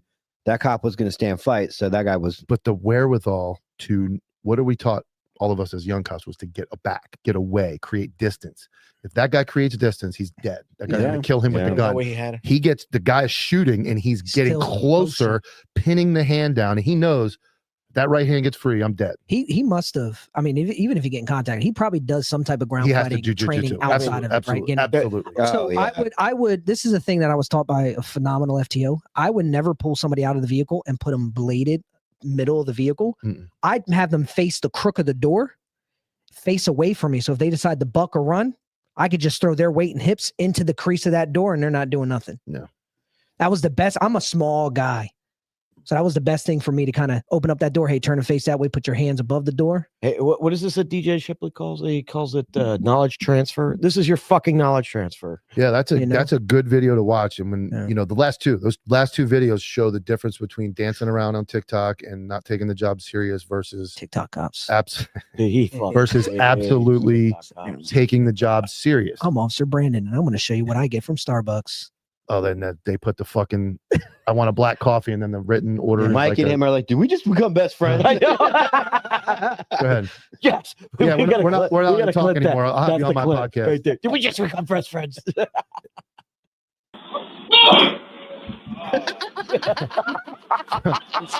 There's a homeless guy laying on the ground right there. That was the place he decided to take a nap. Yeah. Oh my god, man! I'm about to call Sarge. Play it one more time since it happened so fast. It should happen fast. 84, 85. You can get rid of it. You can get rid of it. Oh my god, the noises that guy makes. He's driving and he's like, man, they only put speed bumps on the right side of the parking lot. When did they put that there? Show me 1098, Papa. 1098. Oh my god. I don't know the context of that video. I just know it makes me laugh. He's not at fault. No, the fucking bum laying there. He gave him a distractionary blow with the right front tire. Yeah, the contact. It's a distraction. A distractionary blow with the right front tire. If you didn't notice, the homeless guy was aggressive on the ground. Yeah, he was resisting by not getting out of the way of my car. He was resisting, and we used a right front bumper engagement to distract him. Yep. Go ahead to the next one, Lewis. You're running it now. You're in charge. You're double parked here. Is this your car? Oh, this is a good one. You have some on you? Okay. You have some on you? Whoa. I can shoot you. Stop. Stop right now. I'm gonna f***ing shoot you. Do you understand me? You're gonna get shot. Back. 12-20's running. He dropped the gun. Yeah, you heard it. Yeah. And then he got Shots fired. unalived. Wait, So drop the gun. This is a multiple angle thing. I don't know if you guys want to watch all the angles, but hit it again. Hit the net. Keep going, Lewis. You're double parked. Charge territory. We'll be on Double parking. You heard they stopped the port? Broken window. Double park, man. This is an effective street crime squad right here. Yeah. I can shoot you. Stop right now. I'm gonna f***ing shoot you. Do you understand me? You're gonna get shot. So he's got the Hey, gun. back. He picks it back up. 12-20's running. Drops it again. No more. George, You already picked it up. Hills of Monte. He already showed. Right? He already showed. He already was picked ready. it up once. He already showed that he was willing to retrieve the You can- weapon the first cycle. Hold on. I want to make sure you're big, Lewis. You can bring it back down. Yeah. Now you're big. All right, So go. it shows that he already had intent, right? He dropped the gun, And then he fought went the back and officer went to retrieved go it. and pick it up. So then he dropped it a second time. You can only assume, He's probably gonna try again. Yeah, I mean, and you don't know what else he might have. The instructions were pretty clear. I can't stress shoot enough. you. Like that is an effective goon squad walking into the hood projects, looking for guys with guns. And any constitutionalist or any anti-cop is going to be double parking. What, dude? You use everything but you looked at me funny to stop people. And then when they start doing that shit, when they start the first mumbling and year and a half of my career, about 95% of my foot pursuits started with an open container. Yeah. 'Cause they would sit outside the gas station and drink. Tag light. And I would be like, hey, man, you got an License open plate beer plate. here on that county road.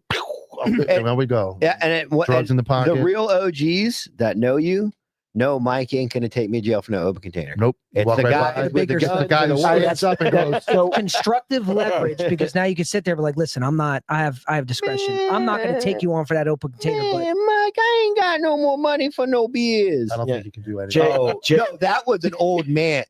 Yeah, I mean, so an old white vet, huh? Yeah. So we Mike's had just shaking his head at me. fuck's sake. So we had a guy on last week, Jay, big time fucking criminal, professional criminal. Yeah, knew this guy for a long time. on the other side of the coast. Yeah, he went to federal prison for drug trafficking and pill milling. and was like, yeah, I knew this guy wasn't taking me to jail for some shit like that. Like, bro was coming petty at me. stuff. Yeah, Yeah, he was coming at me for the big stuff. Because you were how long were you a narc guy? 6.5 years on the task force. yeah, that's crazy. Yeah, That's a big devotion. But then you start to understand you develop this Rolodex of people that you bump into, and it's either they're going to help you in certain things passively, or they're going to open up doors. I'm putting together a reel, and I can't. 23 years, and I put myself in front of this fucking camera for God knows why, but you would think all these people say I'm crooked, I did all these wild things. Zero messages that say that. Every message I've gotten from people who have finally found me that I've arrested have all said, dude, you were so fair. I was a fuck up. I've recovered. I did this. I was a criminal, but you treated me fair. You treated me like a human. Now, there are people that not everybody I dealt with is going to say that nice things about me. But you would think by this point of being gone a year and being on podcast, you'd have somebody go, I got that motherfucker. I got something for him. I got this story You never right know here. who's going to help you. Oh, that's the Brush game. them off, Yeah. help them out, give them water, right? Yep. Because they're human at the end of Yep, the day. yep. Once I I used get you in cuffs, it's water under the I used bridge. to keep $20 in ones on my visor. Yeah. $2, go buy yourself. Can't condone buying alcohol, but yeah, that 4-pack of natties, like Hydration. $3.14 down at the store. Here's your $3. Yeah. Next thing you know, hey, that dude over there's got a gun. That dude over there's got crack in his pocket. And I'll be like, okay. Treat them like check human out. beings. It's Yep. just Hey, it's the other yep. side of the life that we. Hey, Angel, great job bringing this guy tonight. I mean, You're contributing nothing, but he's doing very He well. found me. He's like, I found him at the found down on the street. He pulled me over. Hey, you a cop? You look like a cop. Got him at Home Depot. See, senor. Yeah, right? What do you want? You're rude. Like last time he was You there. free for work yet? Do you like podcasts? Sure, hop in the car. It's the reverse where Hispanics drive up and they go, "Hey, white guy, you like your podcast? Like, get in the car. I got a podcast." Yeah, oh, man. We gotta clip that. Hey, clip that. Clip that. We gotta clip that. What time is this? Where do you find white guys at? What stores? Starbucks. Starbucks. You drive by Starbucks. Hey, who wants to talk on a podcast? Bass Pro. I was gonna say, hey, did you guys see that big brawl? Did you guys see that brawl in Texas with the grand opening of the Bass Pro? No, I did. It was man. Yeah, it was like 7 people fist fighting. Well, the we're going to get like 50% off. No, it was just a like bunch of dads. It was just a bunch of dads in flannel. Yes, and Somebody white guys in flannel in Texas, fucking throwing hands at the grand opening of the Bass Pro Shop. That's the way we kick it off. Yeah. Somebody in the comments said Lowe's. Lowe's. You got the Hispanics at Home Depot. Dude, Lowe's is collar. Listen, I'm going to tell you this right now, okay? If you're a fucking man, you don't go to Lowe's. You go to Home Depot, okay? Lowe's is for your wife. That's what it's for. Aren't they the same store? They are Just not. different colors. Don't even fucking say that blasphemy to me. It's like I thought real it was men- like the real men Target, go to Walgreens you because know. they still sell cigarettes. Only pussies go to CVS. Yeah. You're not wrong, though. You're not wrong. I look every time I see a CVS, I'm like, this is a pussy Walgreens. Yeah, fucking. It's like The vibe is off in CVS. The It's a vibe weird- is it's a off. weird- Everybody is sketchy. The vibe. Everybody is sketchy. Like, what are you doing here? 12 midnight. Yeah.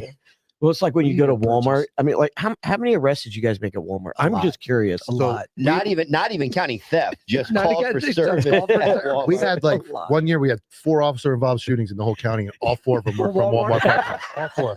One was on accident because a guy just happened to pull in there, and like every He other got ran one was over. like- He was late asleep in every the other parking one lot. was like Walmart, You know how Walmart. there's fishermen that have their holds. Like, you're not getting anything else. Here's the Old Faithful. Yep. That's where you go. Oh, I had the accent when I had the accent. I got one of the first Axon 3s with the tag reader. You drive through Walmart Park. It was just going up. Suspended license. This, that. It was crazy. Warrants. Let me give a shout out To Louis. I'm gonna give a shout out to Flatline Fiber Co. FlatlineFiberCo.com. Use promo code Antihero15. I can't see it, but it's 15, right? Yep. Yeah. Antihero15. Save 15% off. All made in the U.S. High quality gear, IFAKs, rifle slings, dump pouches, you name it, they got it. Made in America with a lifetime warranty. Go to FlatlineFiberCo.com. Get your sling. Use Antihero15 to save 15%. And roll vengeance while we're here. You got that? Hey guys, in there. Oh, It was there this morning. It's the same thing. If you would have told me earlier, Whoa. How? Yeah, it's got to be in StreamYard. Yeah. How is it not there from this morning? Hey, we got to pay the bills, guy.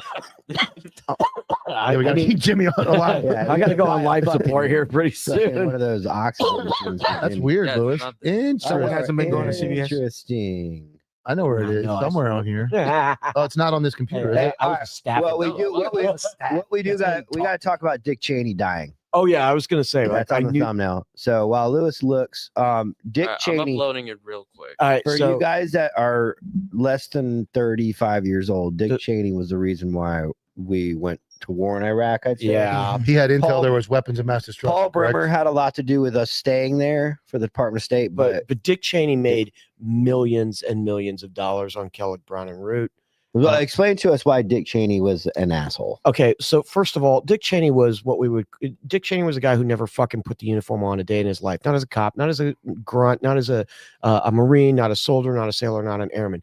He never put it on, but he was more than happy to send my ass and this guy's ass and this guy's ass and this guy's ass. And it would have been Mike if Mike hadn't been a cop because he was already thinking about going back in. Don't tell me you weren't because I've heard you say it 3 times. Okay, we all went downrange. I went to Iraq. Me and Tyler were in Iraq together at the same time. We just didn't know each other. Mike served under General Washington. Yeah. Wow. Well, I mean, he was at Valley Forge. Wow. Okay. The bottom line is we went into Iraq, and when I went into Iraq in 2003 as a 19-year-old private first class, I was a fucking true believer. I said, "There's weapons of mass destruction there because that's what my government told me, and we're gonna find the bad guys and we're gonna fucking kill them." That's what I thought. And by 2005, as a jaded corporal, I was like, this is fucking bullshit. This is all bullshit. And I was watching Kellogg, Brown and Root contractors drive in and drive out, dropping supplies in the Combat Logistics Patrol every single day. And you know who was making that money? Fucking Dick Cheney. That's who was making that money. So I'll fucking dance on his grave. I would love to show the shotgun thing that Nate. You and Nate both. Yeah. Fuck that guy. Fuck that guy. I hope he's getting the red hot poker shoved up his ass right fucking out. So you think he you, Dick Cheney. He created an entire war campaign it's to make money? Not even that he created the war. He sacrificed my life and his life and his life and your life and would have gladly let us all die. And other dudes that never came back. And all my three, I mean, you think that 3 of my best friends and 9 total friends, and my absolute best friend, Joshua Barrett Madden, killed on December 6, 2006 in Hawija, Iraq, was killed because of fucking Dick Cheney. Fuck you, Dick Cheney. I hope you fucking burn in hell. Clip that. Oh, damn. Someone said the Navy nurse might be watching. I saw this somewhere else. He was the Churchill of our generation. Of our generation. Yeah. The Churchill. Yeah. Wait, so Churchill was war hungry too for money? Absolutely. I mean, you mean like Winston Churchill? Yes. Really, you think so? Yeah. Somebody I thought he somebody was said that. Okay, you don't actually think that. There's always a prerogative, like a war is always allowed. When taxes were supposed to be only implemented during wartime. I used to say this, and we're all starting to see this. I used to say World War II was the last real war we fought against evil, and now it's like it's profit. Dude, I mean, Smedley Butler. Hey, I got 2 Marines here. Smedley Butler. Hey, 2 Marines, 2 medals. 2 medals, yeah. 2 Marines, 2 medals. Dan Daly and Smedley Butler, sir. Yeah. Ask me how I know that. I'll tell you later. Smedley Butler wrote a book called War is a Racket. Oh, yeah, for sure. It's a money-making machine. The industrial war complex, is that what it's called? Yeah, the military industrial complex. Yeah, military industrial complex is the MIC. Biggest money you could ever have. So, I mean, because everybody needs more security, they need more armor, they need more bullets, so they need money to protect themselves against the bullets. They need money for the bullets to shoot at the people, protect themselves. And then sometimes we just leave like billions of dollars worth of equipment and behind it, and we just get new stuff. You guys know, now it's kind of like in a relationship when you're like, I left my CDs. Yeah, I left all that stuff. They give you a reason, like I got to go back. Either that, or it's like, hey, I left this at here. It ain't fucking worth it. Leave it behind. I'm out. Yeah. I mean, the number of casualties, like if you go to Fort Benning, Georgia, every single person that was killed in the global war on terror, whether it was Iraq, Afghanistan, all the way up to 2023, all of their names are on granite right there at the infantry museum. Home of the infantry. Wait, only infantry dudes, right? No, it's everybody. Everybody's there. Okay. If you died in combat, Army, Navy, Air Force, Marine Corps, your name's on that wall. And there's a lot of dudes that were at Fox or Alpha 254 or Bravo 150. They were infantry guys that went to Fort Benning, Georgia. And I was at Fort Benning on September 11th, 2001. I was going to the moving target range when the Twin Towers went down. And the next day it was, you motherfuckers are going to Afghanistan. You better get your goddamn mind right. And I didn't know a military that wasn't at war. And then you guys when did you come in? 2008. 2008. Oh, that's when I came in 2007. Yeah, because you were with me in 2008. Yeah. Well, you were with the 82nd, but you were there. Yeah. You? None. 09? Yeah. I mean, now Mike was at Valley Forge. Okay, he was there under. I was at Fort Benning, April 11th, 1996. April 11th, 1996. I joined the United States Army. Nice. Dude, he FDO'd under Noah. Yeah. I was a cop when 9/11 happened. I mean, you've said it a couple times, Mike. If you had not been a cop, you'd have gone back in. I wanted to stay in. My wife at the time made me get out. We had a young kid, and I had a job lined up as a cop back home. I mean, I probably saved your life though. Yeah, but I was just out a year and a half, 2 years, barely 2 years out. And I had my 8-year contract of the 8-year total. So I'm thinking, man, I'm a combat MOS. I'm like, they're gonna call. Like I wanted to go, and like I said, enough people in the reserves, and it never happened. But it was. Dude, everybody I know and knew that I served with all went because they were still in. It was a weird thing to be a cop. It was pretty strange on that side as well to feel the helplessness, and it was a weird feeling as a cop. I think that's why so many cops volunteered to go to Ground Zero, because it was a way to actually physically help. That, and like having the military background, knowing that everybody was going to war. I remember walking in. As an infantryman. I had 2 young daughters at the time. They're both babies. They were like 2 years apart. And I remember walking in the room and just checking to see if they were breathing, looking at them, watching that all go down. And I'm thinking, man, obviously we're going to war. Everybody I know is getting ready to go to war. I'm here as a cop. It was like, what's going on? And a not well-known fact is I'm in Vero Beach, Florida. 2 of the pilots actually trained in Vero Beach at the flight academy. So our SWAT team had a direct connect to 9/11. So if you had been IRR, if you had been because you were still IRR, if you'd been called back, 100%, dude. Did you ever? I mean, you and I have never talked about this. Like, did you ever like as a grunt like look at it and kind of feel like, fuck, man? Yeah. You have that, especially I was still young. I still was I was young. I just got out. I had that feeling like I did this for a reason, and now the reason I can't go do the reason. Yeah, like it was like, man, like this. Like, because you knew some of your friends were going down. Because you weren't out that long. No, like you know, like guys from 509th, they're going to the war right now. Plenty of them that went and to talk to them and all. So it was a weird, but then at the same time, I'm like, well, I have a job here. This is an important job. It was just, it's only 2 jobs I know. I was a cop in the military for 26 years. I want to paint this picture, and you can tell me if I'm wrong. So here you are. You're like, hey, I'm a cop, and this is an important job. This is a very important job to do, and it really is serving my community. It's serving my country. And yeah, okay, I'm not an infantryman out there fucking firing a 240 machine gun, but I'm still serving my country. Now, fast forward to 24 years later, with the way that everything went. Oh, you lucked out. You didn't. That's not what I was. That's not what I was going for. Go ahead. Oh, I was going for 24 years later. Right? Like, you're like, fuck, man, I sacrificed so much, including going back in with my buddies for this fucking job and the way you got treated. That's where I was going. And it's like, I think like Tyler said a bunch, I'm not taking anything away from what the guys, the people that died, the people that went to war. Horrible. But cops deal with a lot daily. And it doesn't, you may, like me, I rolled the dice. I didn't go to war. There's a lot of guys that didn't go to war in the military that served. You guys, when there's a war going on, you're over there, every day is conflict. It's 100%. Yeah. As a cop, like you talk about, 1 minute you're in the cop, you're in there getting a drink, you're getting a coffee. The next minute you're at a death scene. The next minute you're at a bank robbery. The next minute you're at a abducted child. The ups and downs of law enforcement on your mental health and your brain, it's just a long-term, drawn-out disaster. Effect, It is 100%. And I don't know that one's worse than the other. Like I said, guys watch their buddies get blown up and killed, and I didn't see anybody of my friends get, but I've seen so many dead people. I think as law enforcement, you're a little closer to home. Like you can drag in some of that dirt.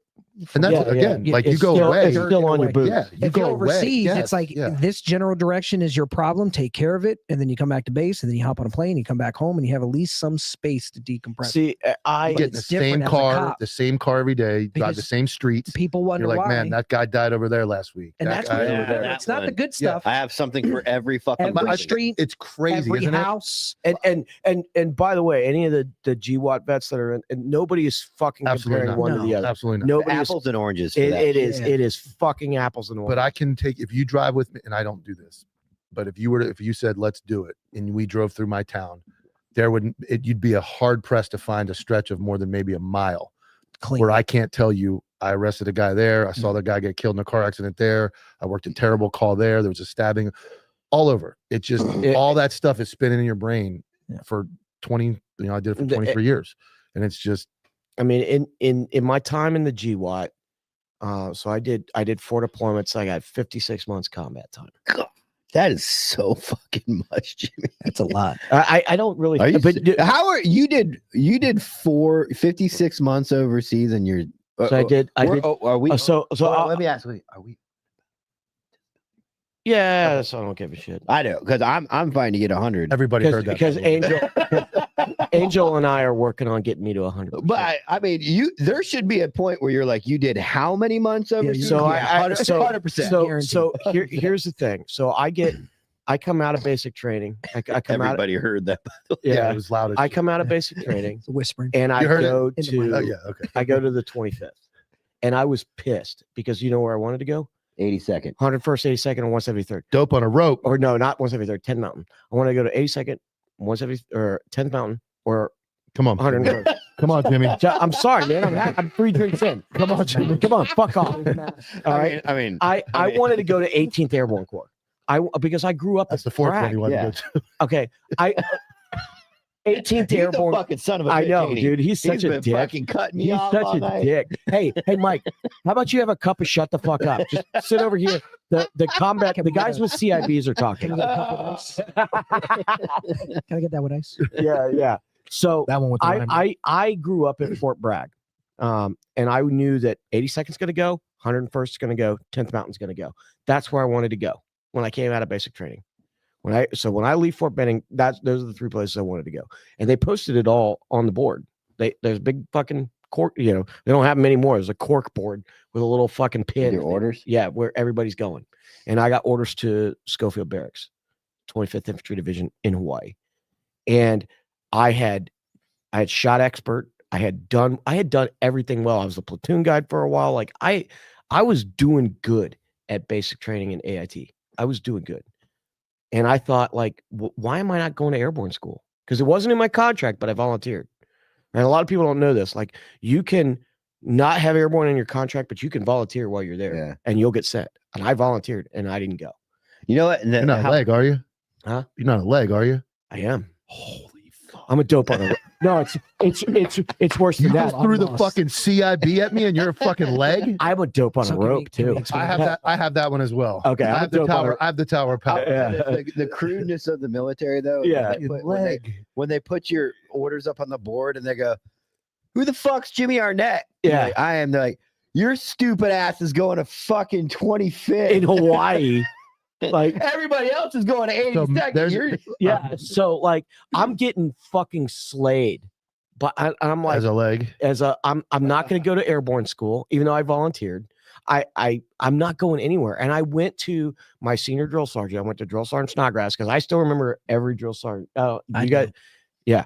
I went to Drill Sergeant Snodgrass and I said, why am I not going? Why am I not doing this? Because conservative chocolate says you gotta be a dumb motherfucker to not get airborne school. Yeah. So and yeah, absolutely. Hey, Jimmy's the first guy to not get airborne school. Like, this guy can't even fall out of a plane, man. He pushed out of the plane. Yeah, like so. I was, dude. As much as you guys are joking me about it, imagine how much shit I was. Yeah. I was. How the fuck did you go to 80s? No, you went to 25th. Yeah, I went to 25th. Okay. I went to 25th. You did go to airborne or air assault school? Yeah, I went to air assault school at Campbell. No, it's out there. Oh, is it? Yeah, because I saw somebody talk about drumming is tough in winter. I went to fucking air assault school, Fort Drum, January of 1990. Jesus Christ. January of fucking 1998 as the only airborne fucking guy in the whole class. Jesus Christ. So I was around all legs getting fucking smoked. I was from Fort Polk all the way in fucking toughest week and a half of your life, God, dude. And that's a hard school. That's not easy. That fucking sling load stuff is hard. Sling load was hard. Yes. Okay, sling load's hard. Very but like hard. everything, rappelling is yeah. We don't get fancy schools like that. No, they just eat crayons and run out with guns. You do. You just so I went to the Marine Scout Sniper School at Kaneohe Bay. And we sent Marines to our. Well, we did. So Bustos and I were part of a support squadron, right? So staff heavy. It was like a staff transitional unit. They would come in, get a little bit of experience underneath their belt, mentoring, training Marines in that kind of way. And then it would go off to whatever additional unit. I was at that unit for Marines usually transition units every 2 to 3 years. Mm-hmm. I was stuck at that unit for my 5-6 years on active that I did, right? So I saw people come and go, and we had an opportunity to go to jump school. And then they had a handful of us out there. And then 2 days before they pulled the rug out from half of us, the junior enlisted. I was a corporal. No. That was part of it, but we also had the government shutdown at that time. Oh, so that was 2011. So yeah, you 2010. You and I are the only airborne guys in here. Yeah. I mean, you just put So- it on a plane. Huh? So, and so, we're gonna have to get special chairs or something. But We can't be around these fucking guys, man. Hey, you know what though? So my buddy Greg Leach, who is the reason I'm on the show, because him and Brent Tucker, Okay. we're buddies. I got my civilian free fall stuff with Greg. Okay. So I mean, I have jumped out of a Yeah, plane yeah. several times, just not on a static line. No. We got a couple of videos. There's so many good. These videos were I didn't- handpicked. I'm so sorry. By me. Curated. You good? Curated. Yeah, another video, Lewis. Nobody wants to hear my. Go back to the right stories one. anyway. If you have any airborne, guy. videos, you can play those. Don't see any. Okay. So Yeah. that's Oh, what it's like. Right there. Real quick. We got a super chat from Marcos Villa, EDC of choice. I can't pull it out on camera, right? No, we no, can't. no. I was about to say, I was like, You pull your wanna dick out say- before you pull that gun. So Death pop happened. yeah. So You never done a desk pop? I did whips, and I learned to carry the Glock 19. I carry a Glock Sorry. 19. I carry a Glock 19 all the time. Mike, what do you got? I carry a Sig P365 Spectre comp with a Romeo Zero He's a cigger. dot. Yeah, he's a He's a dirty cigger. I got My desk pop. Busos, what do you carry? I got the 43. You got the 43. I want the 43. I'm a Smith and Wesson guy. I Okay. got Are a- you I an got- M&P guy? Yeah. Yeah. I got an M&B Pro at the house. What do you all What do you done got up. on me right? What do you got on you right now? I got a Smith and Wesson compact. Hey, just in case anybody when it Shield. comes to the door, like you're Lewis, eating what do you a carry? lot of I was bullets. gonna say, Lewis, what you got? What's your everyday carry? Dude, what if we pulled out? He didn't know what we're talking about. He's over there like We're talking like a Colt Python. Talk some shit now. Staccato. Fucking pull out staccato. He's got We're talking about guns, Lewis. You don't carry a gun, right? Yeah, He No, we're gonna He's we're like, gonna while you we're said it, gonna I got a hey, grenade. hang on. too. I got a big word. Go ahead. We're gonna inculcate him Inculcate. in him to the culture of. Let's of Google that firearms. real quick. Awesome, Marcos. I saw you in the chats, bro. Thank you so Yep, much. thank you A very la much. Madrid. All right, yeah, let's do a video. Toronto. Is this another? I got goodbye. I'm like laughing. And how That's not hard. he didn't put it in park and then jumped out. That was Toronto, Canada. So it's not a real place. No, It's not a real if they're on South Park, their heads move different there below. All right, you're good. Lewis, you're good. So So let's talk about this real quick. Hold on. First off, that is literally like it happening at Walmart in America. It happened at a Tim Hortons in Canada. Timmy's happened to the Timmy's. So that Put your car in park. the poor guy, which this happens all the time. Cops leave their Wait. So put their car in park, and then the jump out boys don't have like a no, Hey, there's put it no, up, put the there's e-brake no on. auto. Every cop has done it. Oh, yeah, Every I'm cop, sure. every cop has I've done done it. it. I just caught yeah. mine, I've done it. and it didn't run Can I anybody give you over. that story? Go You guys ahead, wanna go ahead. laugh? Good. As long as Wanna Tyler's laugh? okay with it. Go for it. Are we allowed to talk about cop stuff? Are we? Can we break? You got a 15-minute. Not Clint. It's going to be very quick. Go ahead. New Year's. I was going for a stray round that struck a vehicle. Guy was coming out, getting his wallet, went to walk back in. As soon as he passed that rear window, the round struck. So if he delayed any more, he would have been hit. Parked across the street. Florida, we have rolling curbs, not really like high standing curbs. Went to go and put my Impala in park. I put a lot of emphasis in park, and I guess I didn't set it in all the way. Had my rear lights on, waiting for my secondary to come up on scene, just so he knew where I was at. My back is to my squad. I'm talking to the guy, and then the red and blue start to dissipate from my background, and I'm like, turn around. My car's not there.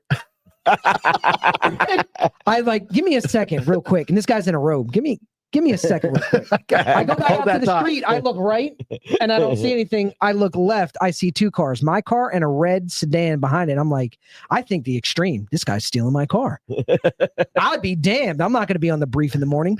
Right. So I start chasing after it. I get closer. I unholster my weapon. This guy peels off and goes around my car. That's slow roam 5 miles per hour. Were you able to get in it? Oh, so better yet, so 2-3 houses down, flat front yard, and a palm grove. Oh, no. My push bumper slow rolls and bumps the palm grove. I run past and I'm like gun up. And this female He walks must out have of this house. escaped. Yeah, no, I'm thinking the worst, right? Adrenaline's pumping. I was young, naive. female walks out the house and she's like, "Oh my God." And her boyfriend walked out before. It's like, "Jesus Christ, Becky, get in the house. He has a gun." I go up to the driver's side door and I'm like, and I had tint on my squad car, throw my light on. I don't see any movement. I went to go reach and it's locked. And I'm like, oh man, you did it all. I did it all.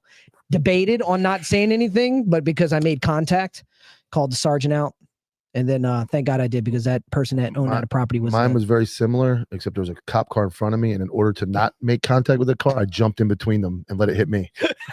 It was only going like 3 or 4 miles an hour. Oh but my God! I put it. What happened was we have a lot of dirt roads and where I worked. It was in a rut. And as my buddy walked by, he bumped the car, and it gave it enough momentum. And I'm looking, and it's going at the other cop car, and I just jumped in between and let it hit me right in the legs. I was like, nope, not a crash. Didn't hit the other car. I'm like, it hit me. So that was my. It gets the best of us. Yeah, we get some good pictures of our agency. We had a chick leave her Explorer in reverse, and it went into a pond.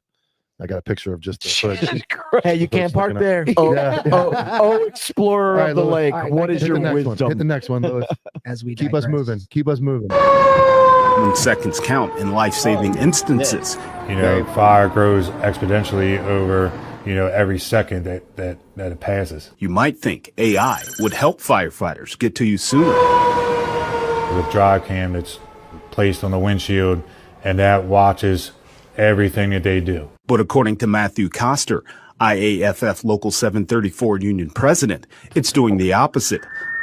The system is called Lytix Drive Cam, and one is mounted in every fire truck and EMT vehicle. Here's a demo of the software, which tracks a driver's every move and identifies what the AI may consider a traffic infraction. Speeding. Critical distance. Even rolling stop signs. It was only to be used for accidents only, which we don't have a problem with. But Koster says the system has been used as a way to discipline firefighters. To scrutinize every aspect of a response is insanely unfair.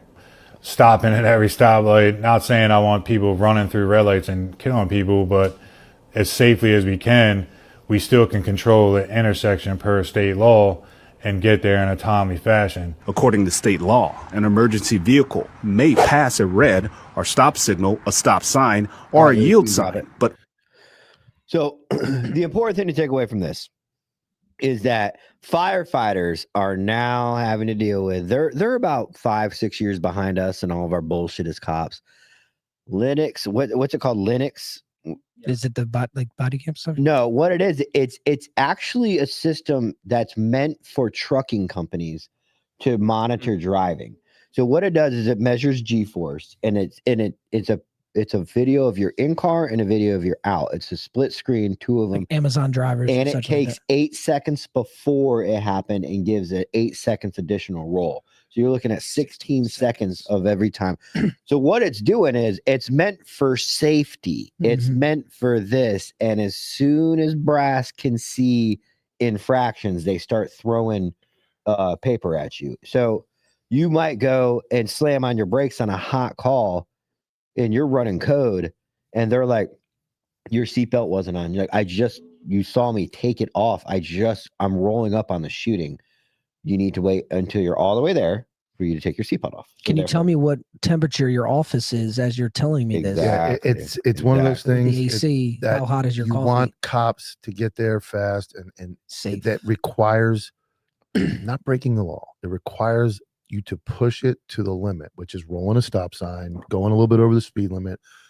Not because you're late to work, not because you're trying to get to your side. It's not house, none of that stuff. Because you're trying to get to a backup or a call or get to the citizen faster. And if you make a mistake, you're a moron for doing it. If you get there too slow, you're a piece of shit for not getting there fast enough. You become separate. You just live in that world of like you can't do anything right. And this drive cam system also is not meant obviously for first responding vehicles because you can't use G-force as an indicator to start because of how fast I drive we go. like a moron. That thing would have got me every day. And when it goes off, and so it got to the point in the agency. I've driven with one for 6 years. What? You guys have that thing? Oh, they've had it for 6 years. It's not meant for first responders. It's meant for trucking companies that drive. They're supposed to drive the speed limit. They're supposed to stop at everything. 20, So, 40,000 and it goes and the videos get sent to civilians in California who are not first responders. Who are not They signing work- any type of Dude, they're paperwork, like, leak well, of information, he wasn't wearing a sensitive seatbelt. material. He wasn't doing this. He wasn't doing that. He didn't have both hands on the steering wheel. He was distracted while driving. And they'll send a litany of stuff. And you're running code to a fucking stabbing. That is, I didn't know that. Child That's not, garbage. or child not breathing. But then what happens? Then when you get that call and a guy goes, "Oh fuck, I got written up for going to a robbery too fast. I'm gonna drive the speed limit to this fucking kid choking, or I'm gonna drive the speed limit to this burglary, and I'll get there when I get there." It's like what a fucking joke. Roosevelt, the man in the arena. Love that. I love that Yeah, saying, you're right? not wrong. You're not You know what I wrong, mean? brother. Yeah, no, I know. Because then you create complacency. I'm gonna read the quote. I'm gonna find it for you. But here's the thing. Here's the Let's go for it. As we're Here we go. talking Here we about go. Here we go. overreach. Here's the thing. Let them cook. They don't care if you get there to save the life, because what they'll go say is, little Johnny was going to die. It's his day. God called him home, and you get there. But They if don't you care drive about like a fucking moron to get there, which you should, and you save them, you're still in trouble. They're willing to Damned if take you the do risk. to They're double it. willing to No. take the risk on little Johnny dying, so that you drive the speed limit and the G-force doesn't go on. And you didn't bring because any he was going to he was going to die anyway. But if you drive like a fucking moron, which you should, to get there to save little Johnny, well, you saved him, but It's always a but. But you did all this on But the way that's there. egotistical, because now it's them. It's their ego that's dictating that, because they should be, as a leader, you should answer and justify the means of making sure that your guys get on scene to save or support or suppress. We don't whatever they have need. the benefit though of going, Let's not of call him Little knowing John. he would Let's have call him died. Little Jaquan. What? Oh my God. Anyway, you don't have the benefit of going, well, he might have died. Well, he didn't. He didn't. So And they don't carry you're that off. because we carry You're that. off. We carry that. The losses, And we as morons put the weight on us to go, fuck it, I'm going 90 to get there. Yeah. And I saved his life, and I know I'm going to get in trouble for saving his life. I know I'm going to get in trouble. I'll tell you what. I drove code to a call one time, like so bad. My guy was in a fight in the house, and I drove like a maniac, and a complaint came in. And it was on the wrong car. It was on me, but they gave the wrong vehicle description. So I took the complaint, and I was like, "Oh, I'm going to talk to that guy." I got him, man. Like, it was a gray, We'll make sure it we was a get gray SUV. I drive a I black know brown him. pickup truck, and I was like, I know he. It was exactly where I was. I was driving the Last wrong way day on on the a job for curve, him. everything. I'm like, yeah, I'm going to get on I'm him. gonna He- get his badge. yeah, he's done. I'm like, but it was me. It was like we got that one wrong. But I was going to an officer that needed help. I was going all the way. I was willing to die. I was willing to roll the truck over to get there. It's It is. different when It you're is. in it. When you're out it too long, especially brass, you start to separate yourself, start thinking more paper than you do people. And So I mean, here's the quote, right? And this is what he was referencing. This is from Just the Jaquan quote, or no, shut the fuck up, dude. He's already losing his mind. Like, we're trying to get on the radio, Jimmy. What the fuck? I'm gonna get. I'm getting paper after this. Like, I'm getting fucking. I've known tons of ethnicities named Jaquan. So, that doesn't matter. I'm gonna hold you to Teddy- that. Teddy- Next episode, I want 3 of them. I plan on naming my future son Jaquan. They need to stop So drinking. this is Teddy this Roosevelt. this is Theodore Roosevelt, Theodore. right? Teddy- Yeah, Teddy also known as Jaquan Teddy. We got a whole fucking aircraft carrier, AKA named after Jaquan. this. Yeah. Jaquan. Hey, we got our token. We got our token Roosevelt. Mexican here. I apologize on behalf of everybody. Well, and all the little pygmies out, and I'm sorry for that, Lord. Go ahead. This is not. I'm gonna give you That I'm went gonna, on way too long, guys. All right. Go ahead. Go ahead. I'm gonna Say give you something the, intelligent. I'm gonna please. give you the dramatic. Cover it up rating. with something intelligent. I'm gonna give you the dramatic rating. It is not the critic who counts, not the man who points out how the strong man stumbles or where the doer of deeds could have done them better. The credit belongs to the man who is actually in the arena, whose face is marred by dust and sweat and blood, who strives valiantly, who errs, who comes short again and again, but there is no effort without error and shortcoming. But who does actually strive to do the deeds? Who knows the great enthusiasms, the great devotions, who spends himself in a worthy cause, who at the best knows in the end the triumph of high achievement, who at the worst, if he fails, at least he fails where daring greatly, so that his place shall never be without those cold and timid souls who neither know victory nor defeat. I felt like I needed to be at the I feel like position of I was trying to do it like Jocko. Did I do it like Jocko? Like a promotional warrior. I'm glad I wore my border pants. Look at our videos. I feel like I was trying to do it like Jocko. That was good. I love it. That was That's, good. I really enjoy that quote. Yeah. It's a great quote. But I mean, like, there's a lot of fucking admin pukes out there. There's a lot of fucking the admin. side gig, reading books and tape. Yeah. Listen for this. We canceled yet? No. You gonna pee? Yeah, we How much? also- Where we Whip it going? out. We're going a little over. We got videos. We got. Oh, I You guess- guys wanted to do cop talk. All right, go ahead, Lewis. Sorry, I apologize. And I apologize You for that. just Lord. start making infant noises. I gotta smoke. Good. Hit it.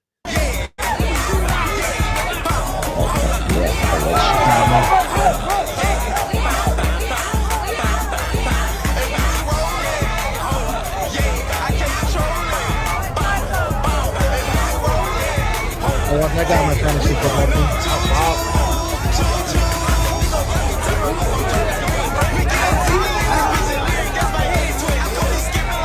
All right, that's good. Lewis. That was rather uneventful. No, that is what pumps up the squad right there. That him making it personal. That for 10 What, in seconds, the dance off? that cop wasn't a cop. That cop was somebody that just got fucking bum spaghetti. rushed and fucking took that dude down. I forgot. He's trying to be like you. I He's just forgot. trying to interrupt. I forgot. We didn't give a Chicago update. Yeah, We have it in a couple episodes. But that video made me happy because all that fucking crew was pumped up after that. There was no fucking around with the police at that intersection. Very slow Halloween weekend in Chicago. 2 killed and 21 wounded. That's it. Hey, that's not even a Very whole slow. platoon. That's very That's slow. not even a whole platoon. Killed and wounded. No, and I'm not shitting on that video. That was a great takedown. Great again. Definitely they trained some type of ground fighting game. The way he wrapped that guy. Yeah, up. that was smooth, bro. It was you on overtime tonight. I mean, We're keeping you late. yeah. Hey, yeah. Not very late. Yeah. As soon as Hey. the boss says we're done, we're done. Yeah, when the boss says we're done, we're done. Play another video while he's gone. Yeah, play another one. Do what Mike We said. can have an educated conversation about it. Are we done? That this is one no. right there. That's a That long one, one. Let's that wait. one. That's a long one. We'll wait for him to get back. We're not going to watch that whole thing.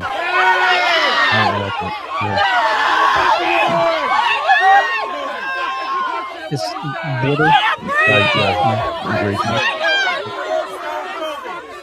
It was at this moment he knew he fucked up. Look at his face. I think he's realizing he's like, I don't know if this is the right guy.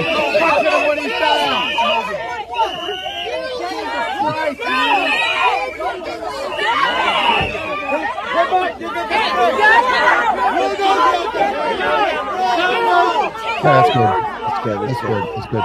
I have no idea why those guys. That is a miserable job. It is. That is a miserable. I mean, dude, I look at what cops do and I go, it's a fucking miserable job. that's Why would I? It's a long time. That's a for that, miserable job. You know, It's like so getting into that.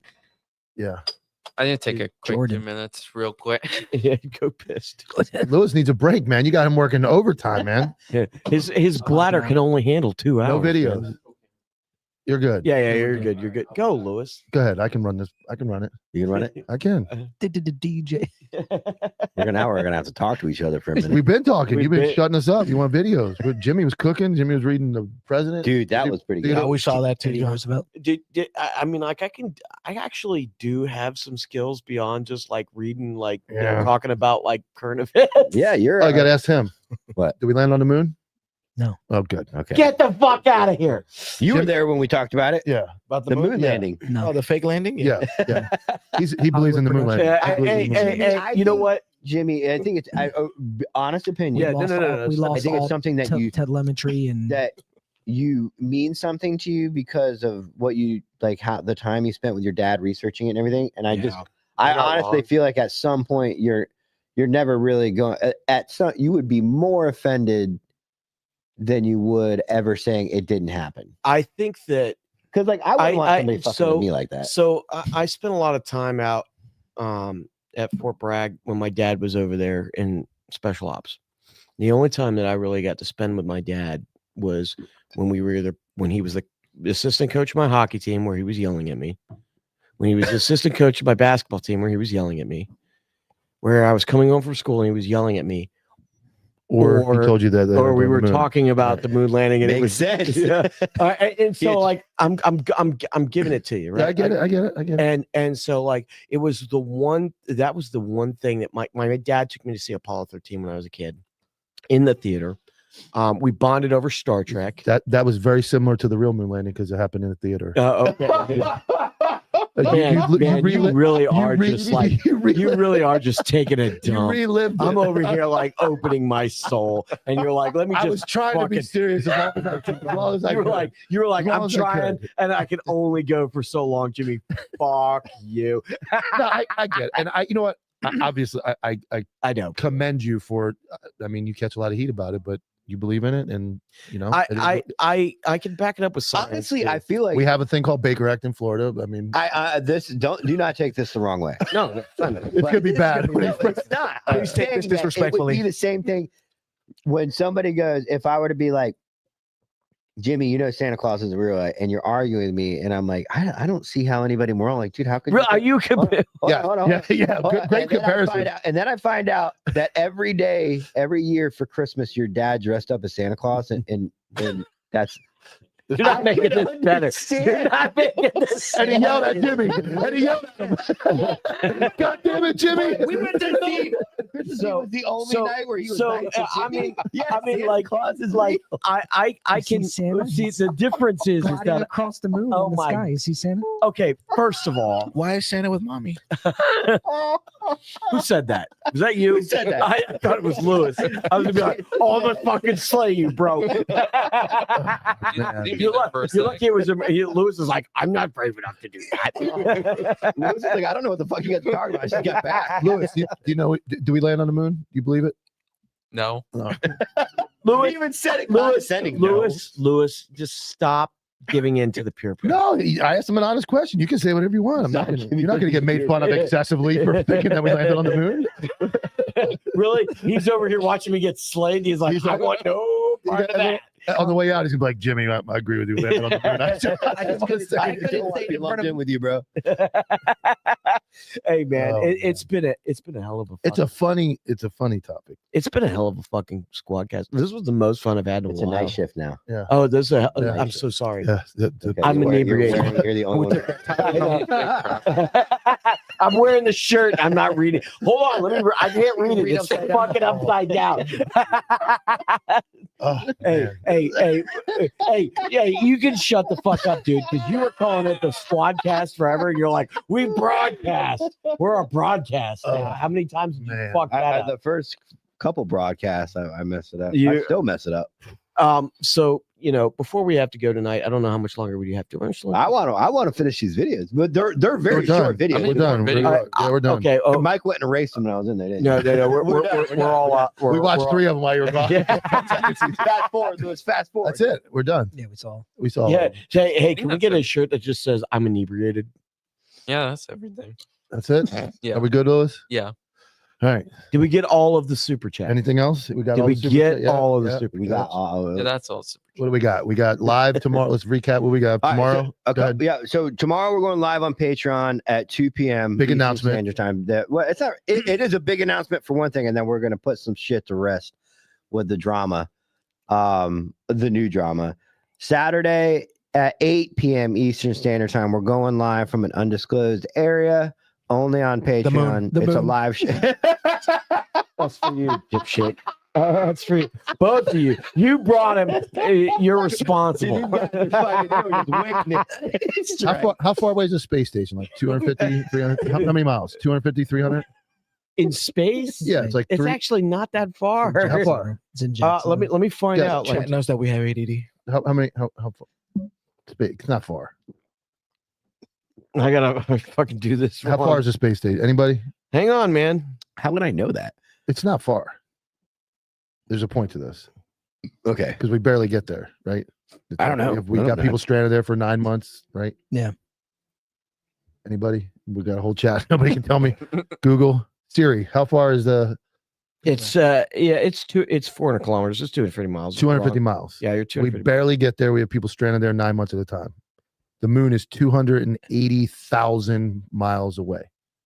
Okay. 280,000 1,000. You're miles talking away. logistics versus something else. Like those two things go to. I just them rockets take off. They land themselves. They can only go to the space station and back. They don't go much further. But we flew a tin can with people in it on a multiple calculator times. All right, battery. so here, all right, so here's what I'm gonna tell you guys. Are you talking about all the girls that went recently? No, that was they went about that. They far didn't too. even get. Dude, they were that dude, they didn't styrofoam. even get The it. styrofoam door. They didn't even get up to where John Glenn got to, and John Glenn was what? The first man to orbit the Earth in space. Yeah. He's the oldest man to orbit the Earth in space because he's a fucking PT god. Before all of that, he was a fucking Marine. Well, I'm yelling How at does that you. put him on the moon? How does that? He didn't land on the moon. Angel's not even listening. Yeah, Angel's over here like, why are you yelling at me, man? He's like, damn, that fucking Marine lied about being on the moon. God, No hablo inglés. cheese spread with jalapenos. What a cool name. That's a name. I know, dude. That's a name. He was in, That's he an was in the- MRE. He was in the comments this Yeah, this exactly. morning. MRE. I had the That's a guy that knows. jalapeno cheese sausage at Mission Barbecue today. That was The excellent. sausage Out of the MRE packet. I did have the sausage. Who said that? You? Oh, that was the way It's you threw your hard. When voice. someone says something, you don't know who it came from. Are you gonna fucking Hispanics, man. That quote. I think. Yeah, the That was quote. pretty funny. Right. Yeah, and then we'll be on. If you're in the Tampa area, on November 15th on Saturday, we'll be doing a live show in. I think it's in St. Pete, right? Yeah, it is in St. Pete. Yeah, so we'll have a flyer up for that, and then in December we'll be going to what part of South Carolina? I don't know. I thought you knew. Paris Island. It's an hour from Savannah, Georgia, north. I got the information somewhere. So South Carolina. We're going to South Carolina in for some kind December, of right? SWAT. Hold on, I got the date. Yeah, December. I don't know why. I don't know any details. December 5th and 6th. Because I know you live really close. I to should me. know this. I'll bring your shirt, John. We owe you. We owe you a shirt, We owe you John. a shirt from Monday. We're getting the closest Clint story. Jesus Christ, dude, you don't know about that. No, I don't. Well, we're gonna If I hang around enough. Yeah, we're gonna inculcate you, brother. Okay. All right. That's Done it. deal. I don't forget I'm absent Thursday. Mike won't be here Thursday. I'll He'll be be here gambling. Monday. I'll be here Monday. I'll be gambling at the Hard Rock. I will remote in. You guys can bring me in. We can. You know what'd be funny as busy next shit? Thursday? Is it what? He's not busy next Thursday. Oh, you should come. We need all. Yeah, I mean, if I'm invited, He should what? He can fill You in. can I sit mean, right these here. guys are basically best friends. You can at sit this right fucking here. I'm allowed to point. sit in that chair. You can have this chair. Okay. No, this is for the daytime. I'll be. Oh, we need him at night. Yeah, we need to. You gotta come I back. can pull a double shift. Yeah, you gotta double. You're gonna be fucking pulling a double dog. All right, but yeah, we'll see you guys Monday. Thank you so much for joining us. You guys are amazing. And yeah, see you next week. Wait. Before we go, like, Oh boy. hang, Go ahead. Go ahead. Fuck go ahead. off. The way that the God damn you fucking guys. I'm actually gonna try to be doing something heartfelt. Like Have you ever wanted to like? No. Okay. All right, we're serious. I won't say anything. All right, good. the culture that we have here at the Anti-Hero broadcast has changed considerably within the last 6 weeks. Would you Sure. agree? Absolutely. And the big reason for that is the fucking people that are in those comments. Would you agree? Absolutely. We really appreciate you guys being here. Let's roll the fucking intro. Oh yeah. Bye guys. Fuck you. Welcome to the night shift.